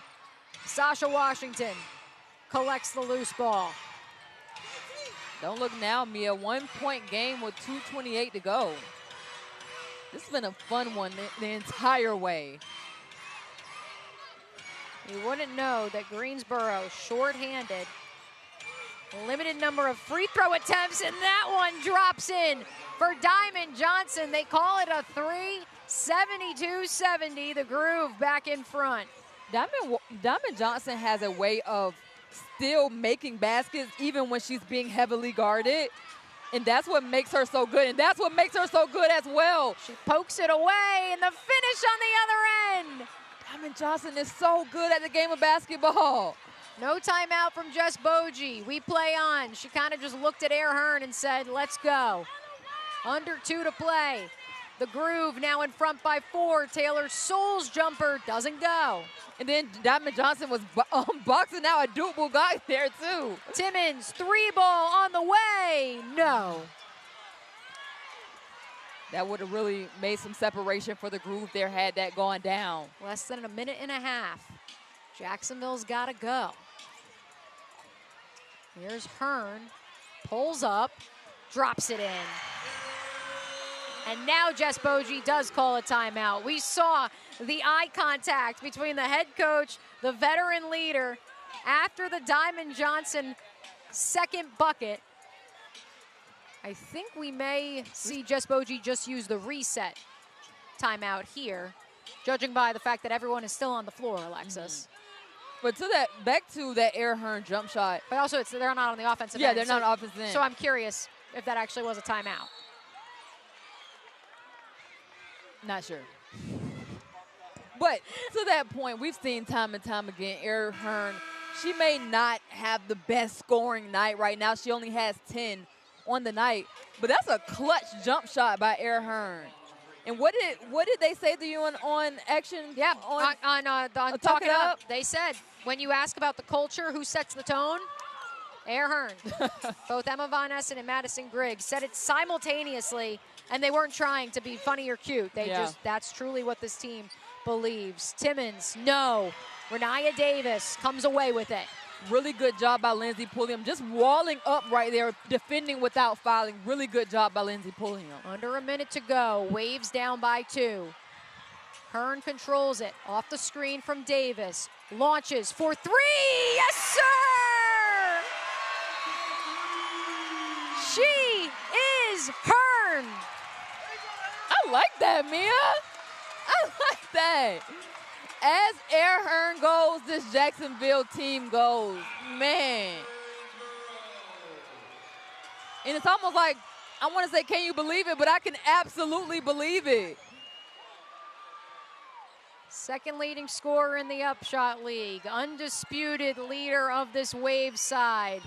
The rim, the net, barely moved. 75-74, 37 seconds to play.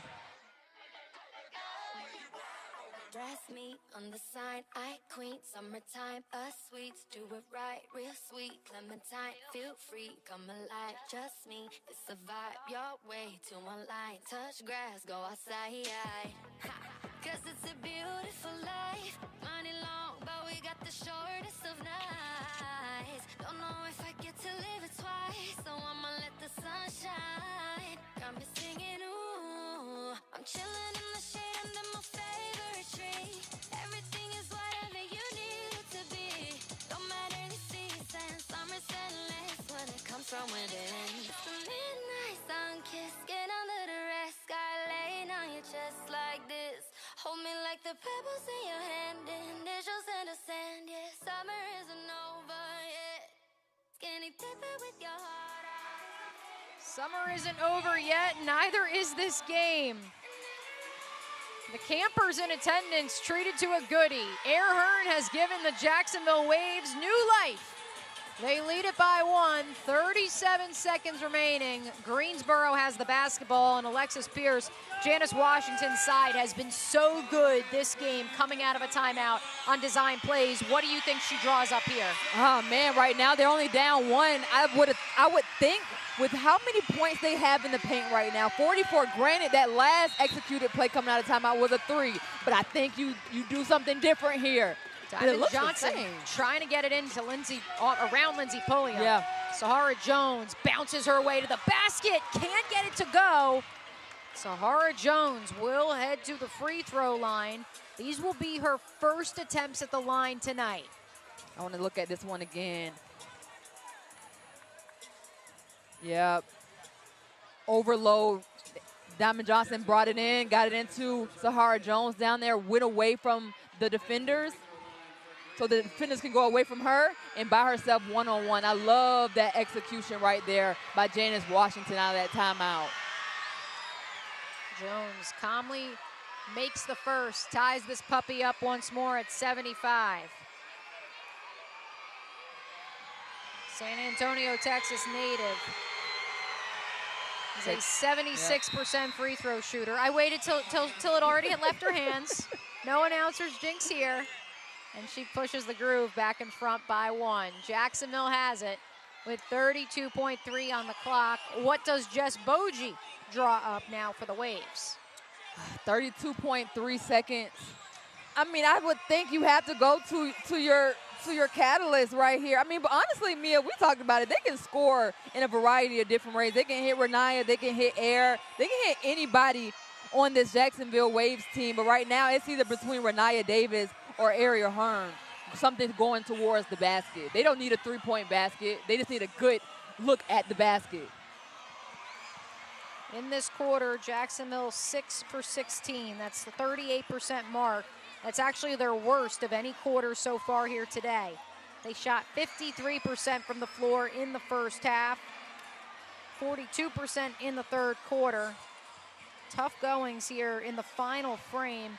And only 2 trips to the free throw line, by the way, so far for the Waves here in this penultimate corner. 2 for 2 comparatively to 11 trips in the third, 6 in the second. We've seen 8 lead changes here today, 2 ties. Jacksonville has led almost double the amount of time that Greensboro has, but it has been a back and forth affair here at Campione Law Court. Yeah, and I loved every bit of it. 2 competitive, high-intensity teams, Janice Washington and Jess Bogie.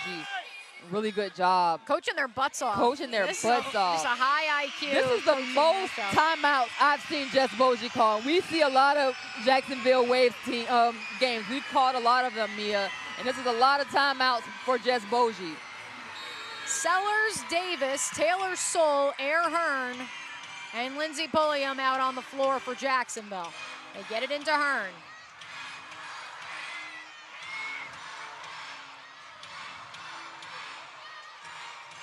Pulliam on the right wing. Renaya Davis pulls up from 16 feet, leaves it short. Pulliam and Sellers can't pull in the rebound. 15 seconds on the clock.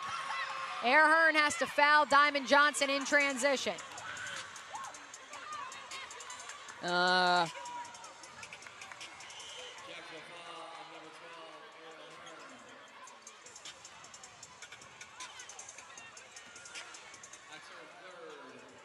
Diamond Johnson with a 1-point lead will shoot free throws. That is team foul number 5 on the Waves, putting the Groove in the bonus. It wasn't, they wanted a clear path foul. I don't believe that was. But still, Diamond Johnson hasn't been successful from the free throw line here today at all. She's yet to make one at the line. Yeah. Now 0 for 3. 20 points on the day. All of them have come from the floor. I think that's why she wanted to get it up to Sasha Washington, knowing she hasn't been. Johnson makes the second, though. 2-point game. Jacksonville does have a timeout, but they're going quickly. 9 to shoot. Renaya Davis loses the handle, gets it back. Hearn launches a 3, misses everything. Kayla Jones the rebound. A whistle sounds. And that's going to go against the Waves.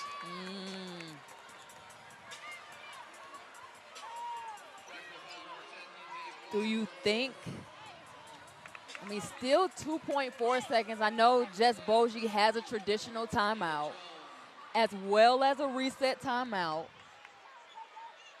Right now, it's a two-point game, one possession game. If she knocks these both down, it'll make it a two-possession game. But if she misses one, I would think that Jess Bogie causes a reset timeout, gets it on their side of the floor, and they're going to draw something up. Yep, she's nodding her head. She's nodding her head. If she makes this timeout anyway, but regardless, it's going to be a timeout. Yeah, Dominic Johnson looked at her as if to say, you're going to call timeout, aren't you? Yeah. Jones makes the second. There's the call. Yeah. Jacksonville will have it down by 3 on their offensive end of the floor. Ooh, I'm rubbing my hands together like Birdman, Mia. Like we said, 2 really good coaches in this UPSHOT League. I'm looking forward to seeing what Jess Bogie draws up with 2.4. What do you think, Mia? It's got to be a 3. That much I can tell you. We are no longer in the, you don't need a 3, you can just settle for 2. No, I mean, it's got to be a 3.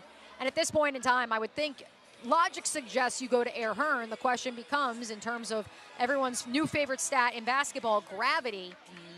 Janice Washington, her defense, do they gravitate towards Hearn, and maybe does that free someone else up for a look for 3? Good point. Does she? I don't see Madison Griggs being subbed in right now either. She's standing up. She is not sitting on the bench with the other players who are currently on the floor. Because I remember last Air Hearn's also standing yeah. now. Yes, in the first ever meeting between these two, Madison Griggs heading into halftime hit a 3 as time expired right in front of us on the scorer's table. That set this place on fire. Let's see. I would think Madison would already have come to the table at this juncture. Same 5 will be out there. Pulliam, Davis, Sellers, Soul. Air Hearn is the inbounder. Ariel Hearn, 3 for 5 from distance. Jasmine Walker, who's not in, 1 for 4. Bulgak not in, 1 of 1. So none of the other players on the floor have notched a 3 today. 2.4 on the clock. Goes to Sellers, back to Air Hearn for 3 at the horn. The bank is open. Air Hearn at the death.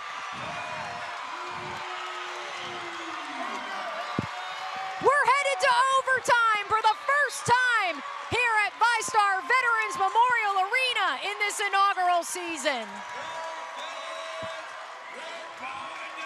I am speechless. Air Hearn, oh my gosh. She continues to show up and show out time and time again for this Jacksonville Waves team. Just a really great executed play coming out of the timeout. We mentioned it, Mia, these 2 coaches. Just a really good, oh man, I'm lost for words right now. I jumped out of my seat. I forgot to put the camera up to get our viewpoint of this because it was something else here at the scorer's table on press row. Oh my. And then we get free basketball here on what is today? I don't even know what today is. Is today Thursday? It's Thursday, it's Kids Day. It's a goodie here at the Vet. Dominic Johnson says the basket is good. It calls as stand. We'll play 5 more minutes here at Campione Law Court. Let's take a look one more time. And I was, honestly, I was a little concerned with Air. It was only 2.4 seconds. I was concerned with her bringing in the basketball. Maybe I don't know. I was hoping that maybe someone else was bringing it in. She can get a flare screen, something else. But that's why I'm not a coach right now. I used to be, not right now. I'm commentating, but. For those who don't know, Jess Bogie did also coach Air Hearn. Yes, at Memphis. Exactly. Actually, she coached a bunch of these people here. I mean, Air Hearn, she recruited Lindsay Pulliam out of high school, Madison Griggs, Emma Van Essen. I mean, that's that chemistry, that trust. I knew it was going to Air Hearn for the 3. That was a phenomenal job by Jess Bogie. Maybe we get free basketball. Love we it. still got to play 5 more, but I don't know if anyone can wipe the smile off of the Waves players' faces right now. Lindsey Pulliam just walked past us and just shook her head. Just smiling and grinning ear to ear because Jacksonville, we're not done yet. I hope those campers don't have a school bus to make. Tell the buses, give us 5 more minutes. They keep the air conditioning on because it's hot in Jacksonville. No one hotter than Ariel Hearn. 16 points, 5 of 9 from the floor, 4 of 6 from 3, including the game-tying bucket. Opening tip of overtime, just like the opening tip of the day, is won by Greensboro. Jones sneaks down the baseline, had it poked away. Diamond Johnson hauls up a 3, no. Volley for position underneath. The Groove regain possession. 5 to shoot, Johnson, kick out, goes to Kayla Jones, misses everything. Not sure if that's the shot they necessarily wanted right there. Albeit Kayla Jones only a 33.3% three-point shooter. 33.3% three-point shooter. Yeah, that was a tongue twister. Sellers' floater doesn't go either. Still tied at 78. There's Jones down the alley, tripped up. I wonder if they're going to call that on the floor or is she going up? Fouls do reset here in this overtime period. And she's shooting.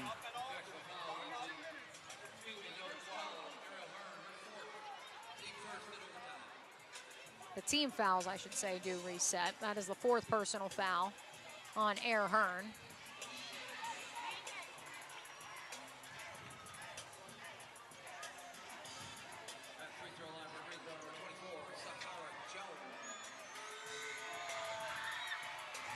Jones calmly makes the first.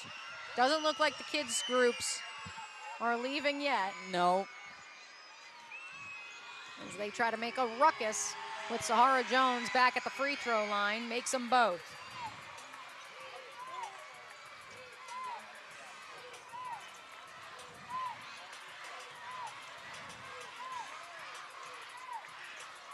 Soul back to Hearn for 3. Not that time. Yeah, I mean, I just knew that one was going in, honestly. Johnson and Hearn one-on-one. Hearn comes away with the steal. That's officially her first today. Taylor Zoll denied, but Renaya Davis the putback. Sahara Jones can't believe it. Oh my gosh, that's gonna go on the highlight reel right there. She came flying in a la LeBron James in the 2016 NBA Finals. Somehow, some way, wasn't able to collect the basketball. Ooh, the jumper on the other end. Yeah. Payback. And we talk about that SEC on SEC crime right there, Texas A&M and Tennessee. They're really matching up in the paint now. Yeah, they Renaya are. Davis, the Tennessee Volunteer. Sahara Jones, the Texas A&M Aggie. Foul away from the basketball goes on Timmons. That'll be her 5th, I believe. Check that, her 4th. Pretty impressive showing from the rookie. She Yeah. picked up 3 early fouls and was saddled with foul trouble.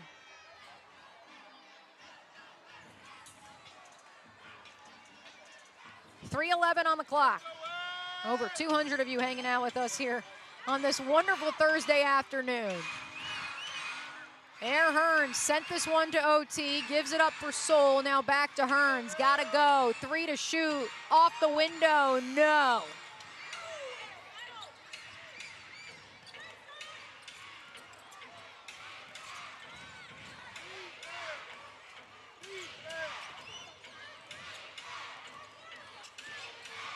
Here comes Timmons, pulls up. No, Diamond Johnson almost had it. Instead, it's Renaya Davis. One-on-one with Soul. Takes it to the rack. No. Gets fouled in the process. And Sahara Jones is still down and in pain. We're going to have to take one more look at that one, Alexis. Yeah. I thought it might have been an offensive foul, if not for our campers in section 113 celebrating the whistle against Greensboro. Collects. She definitely extends the arm. Taylor Soule extends her arm. That's where I think Dominic Johnson wants to take a look, and that's what Diamond Johnson is currently explaining to Janice Washington as she walks off the floor. Yeah. And if so, that will be the second time that Taylor Soule fouls in the act of shooting.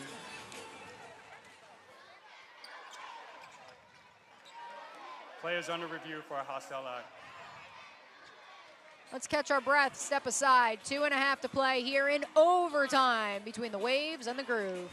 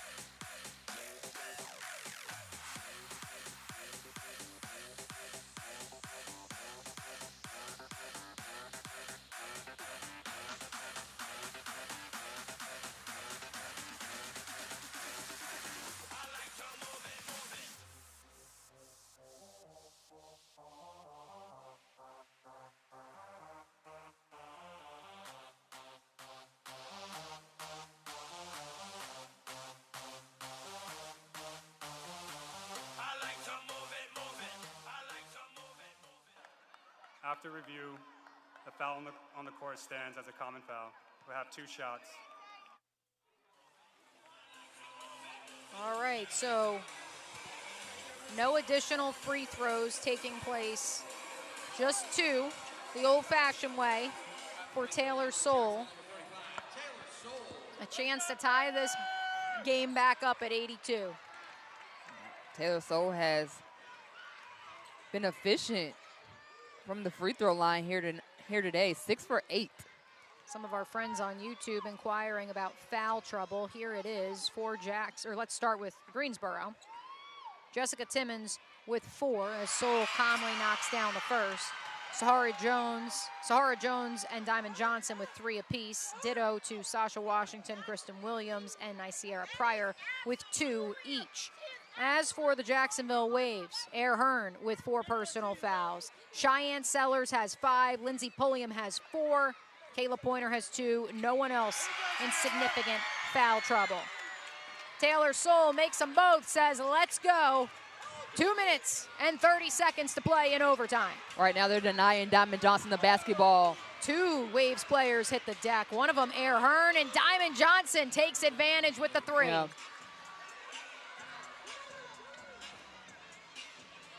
Renaya Davis looking at the officials and Jess Bogie as if to say, let's call a timeout as Air Hearn is slow to get back on her feet.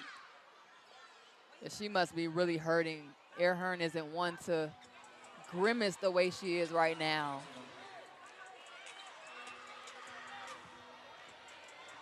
This has been a really physical matchup, Mia. And these 2 teams got to get on a bus and play again in less than 48 hours. Yeah. Do you think it's a cramp? I think it might. Let's take a look. Ooh. Her foot definitely got twisted up with Taylor Soule's. Yeah, she rolled her ankle. She rolled her left ankle. Yeah. So good to see Air walk off under her own power, now standing in the huddle with the rest of her team.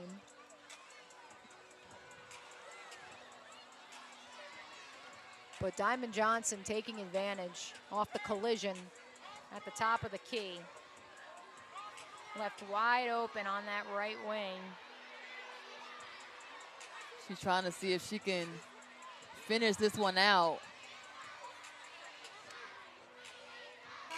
Air Hearn Tough as nails. trying to come back in. Looks like Kayla Pointer will check in for Ariel Hearn. 16 points, 6 boards, 4 assists, and a steal.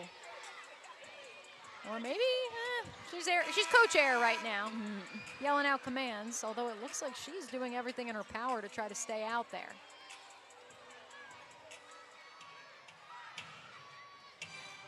No, maybe Kayla Pointer's not going out there.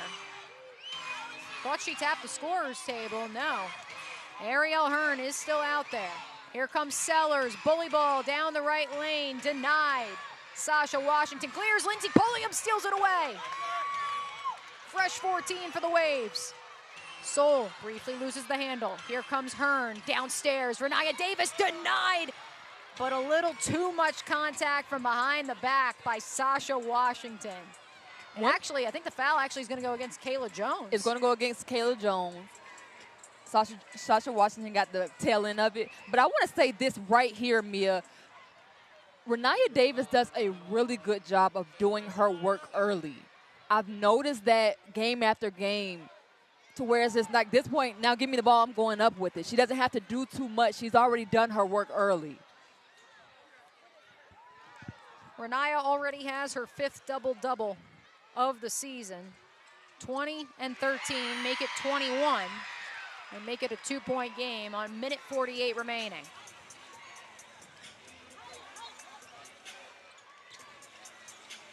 Here's Johnson.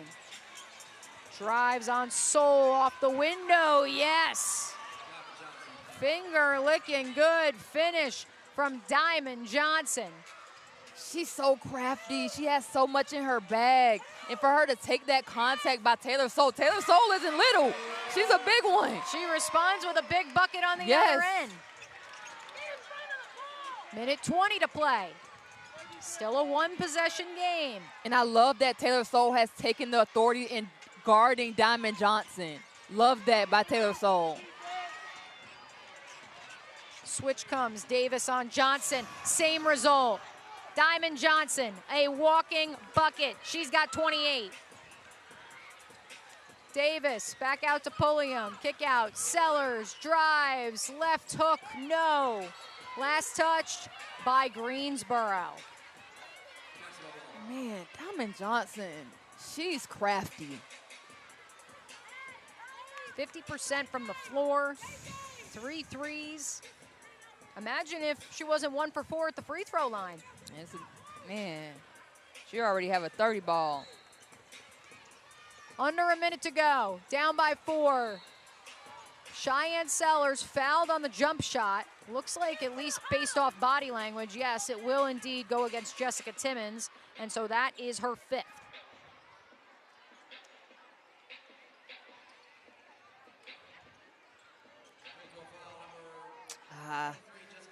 That's not a foul you necessarily want sending Cheyenne Sellers to the free throw line right now.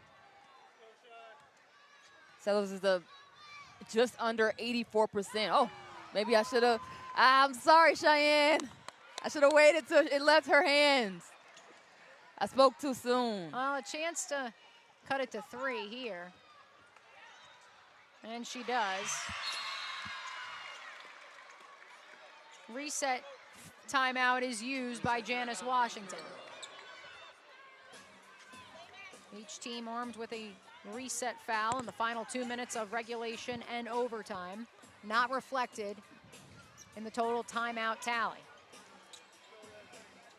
Johnson, Timmons, Washington, Jones, and Jones all out on the floor.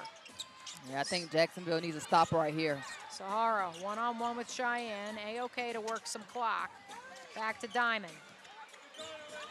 Lindsey Pulliam pushing her out towards midcourt.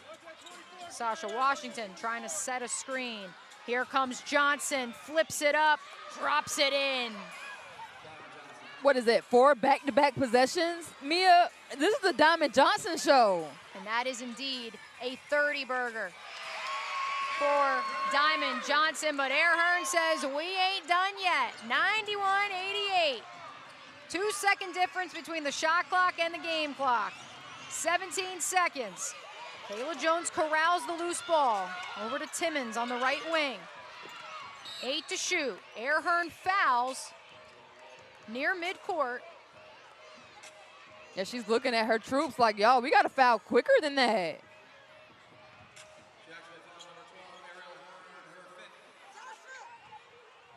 That is the 5th team foul in addition to the 5th on Airhearn, and so that will send Greensboro to the free throw line. Jessica Timmons at the line for the 2nd time today. First time for a twofer as she calmly knocks down the first. And just over a 70% free throw shooter.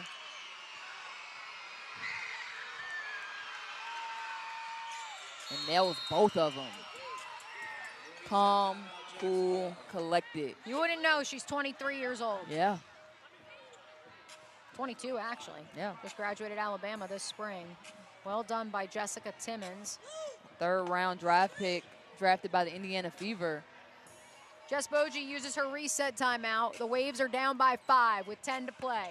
Does Airhearn somehow, some way have more magic awaiting us here in the final 10 seconds? Sellers takes Timmons one-on-one, can't get the bucket to go. That is going to be personal foul number 6 on Jessica Timmons. Retire this one. 9 points, 3 boards, 3 assists, 2 steals. And quite honestly, if she doesn't have to sit almost the entire 2nd quarter with foul trouble, we may be talking even more for Jessica Timmons, who would have threatened to have her 17th game in double figures this year. All right, 6.4 on the clock, Alexis. If you're Cheyenne Sellers down by 4, do you make it? Quick foul? Do you miss it? I would think you make it and then a quick foul underneath, yes? Yes, absolutely. That's all you've got at this point in time. I mean, it's extremely difficult to purposely miss a shot and go get the rebound too. That's difficult. I would just rather make it, foul, see what you can get.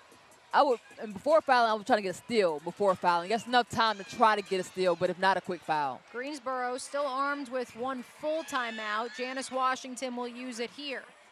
6.4 on the clock. Kristen Williams just checked in at the scorer's table. So we'll see what 5 Greensboro trots out there.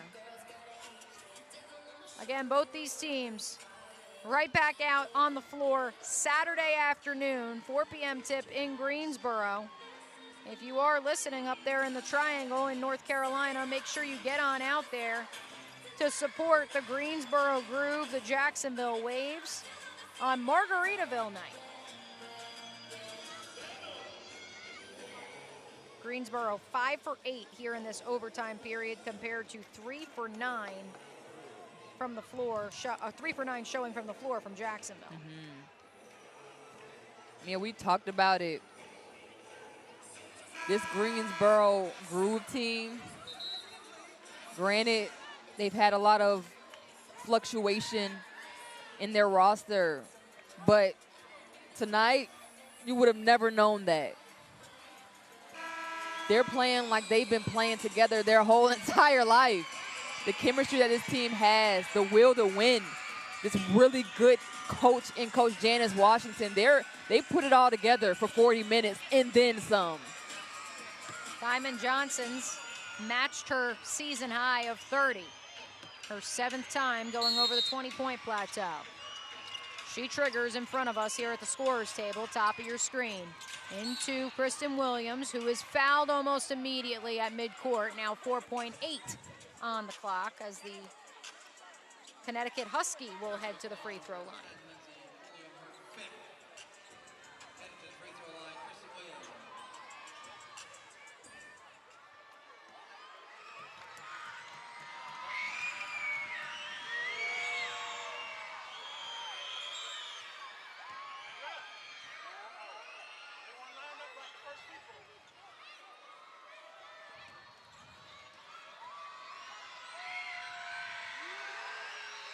Williams misses the second. No more timeouts remaining for Jacksonville. Kayla Pointer, Lindsey Pullingham can't get the shot off, and that will do it. A come from behind 94-90 win for the Greensboro Groove. Both streaks are over as the Groove find their groove and get back to their winning ways. Janice Washington's squad storms into VyStar Veterans Memorial Arena, puts an end to the Waves' 5-game win streak, and a win streak here at home that dates all the way back to the season opener against Charlotte. Jacksonville will fall to 17-5. Greensboro improves to 9-15. The good news for the Waves, they get another crack at this Greensboro side on Saturday. And I'm sure, Alexis, that'll be a bus ride filled with a lot of emotion as they try to make things right in Duval on the road against the Groove. Mia, this has been an absolute treat.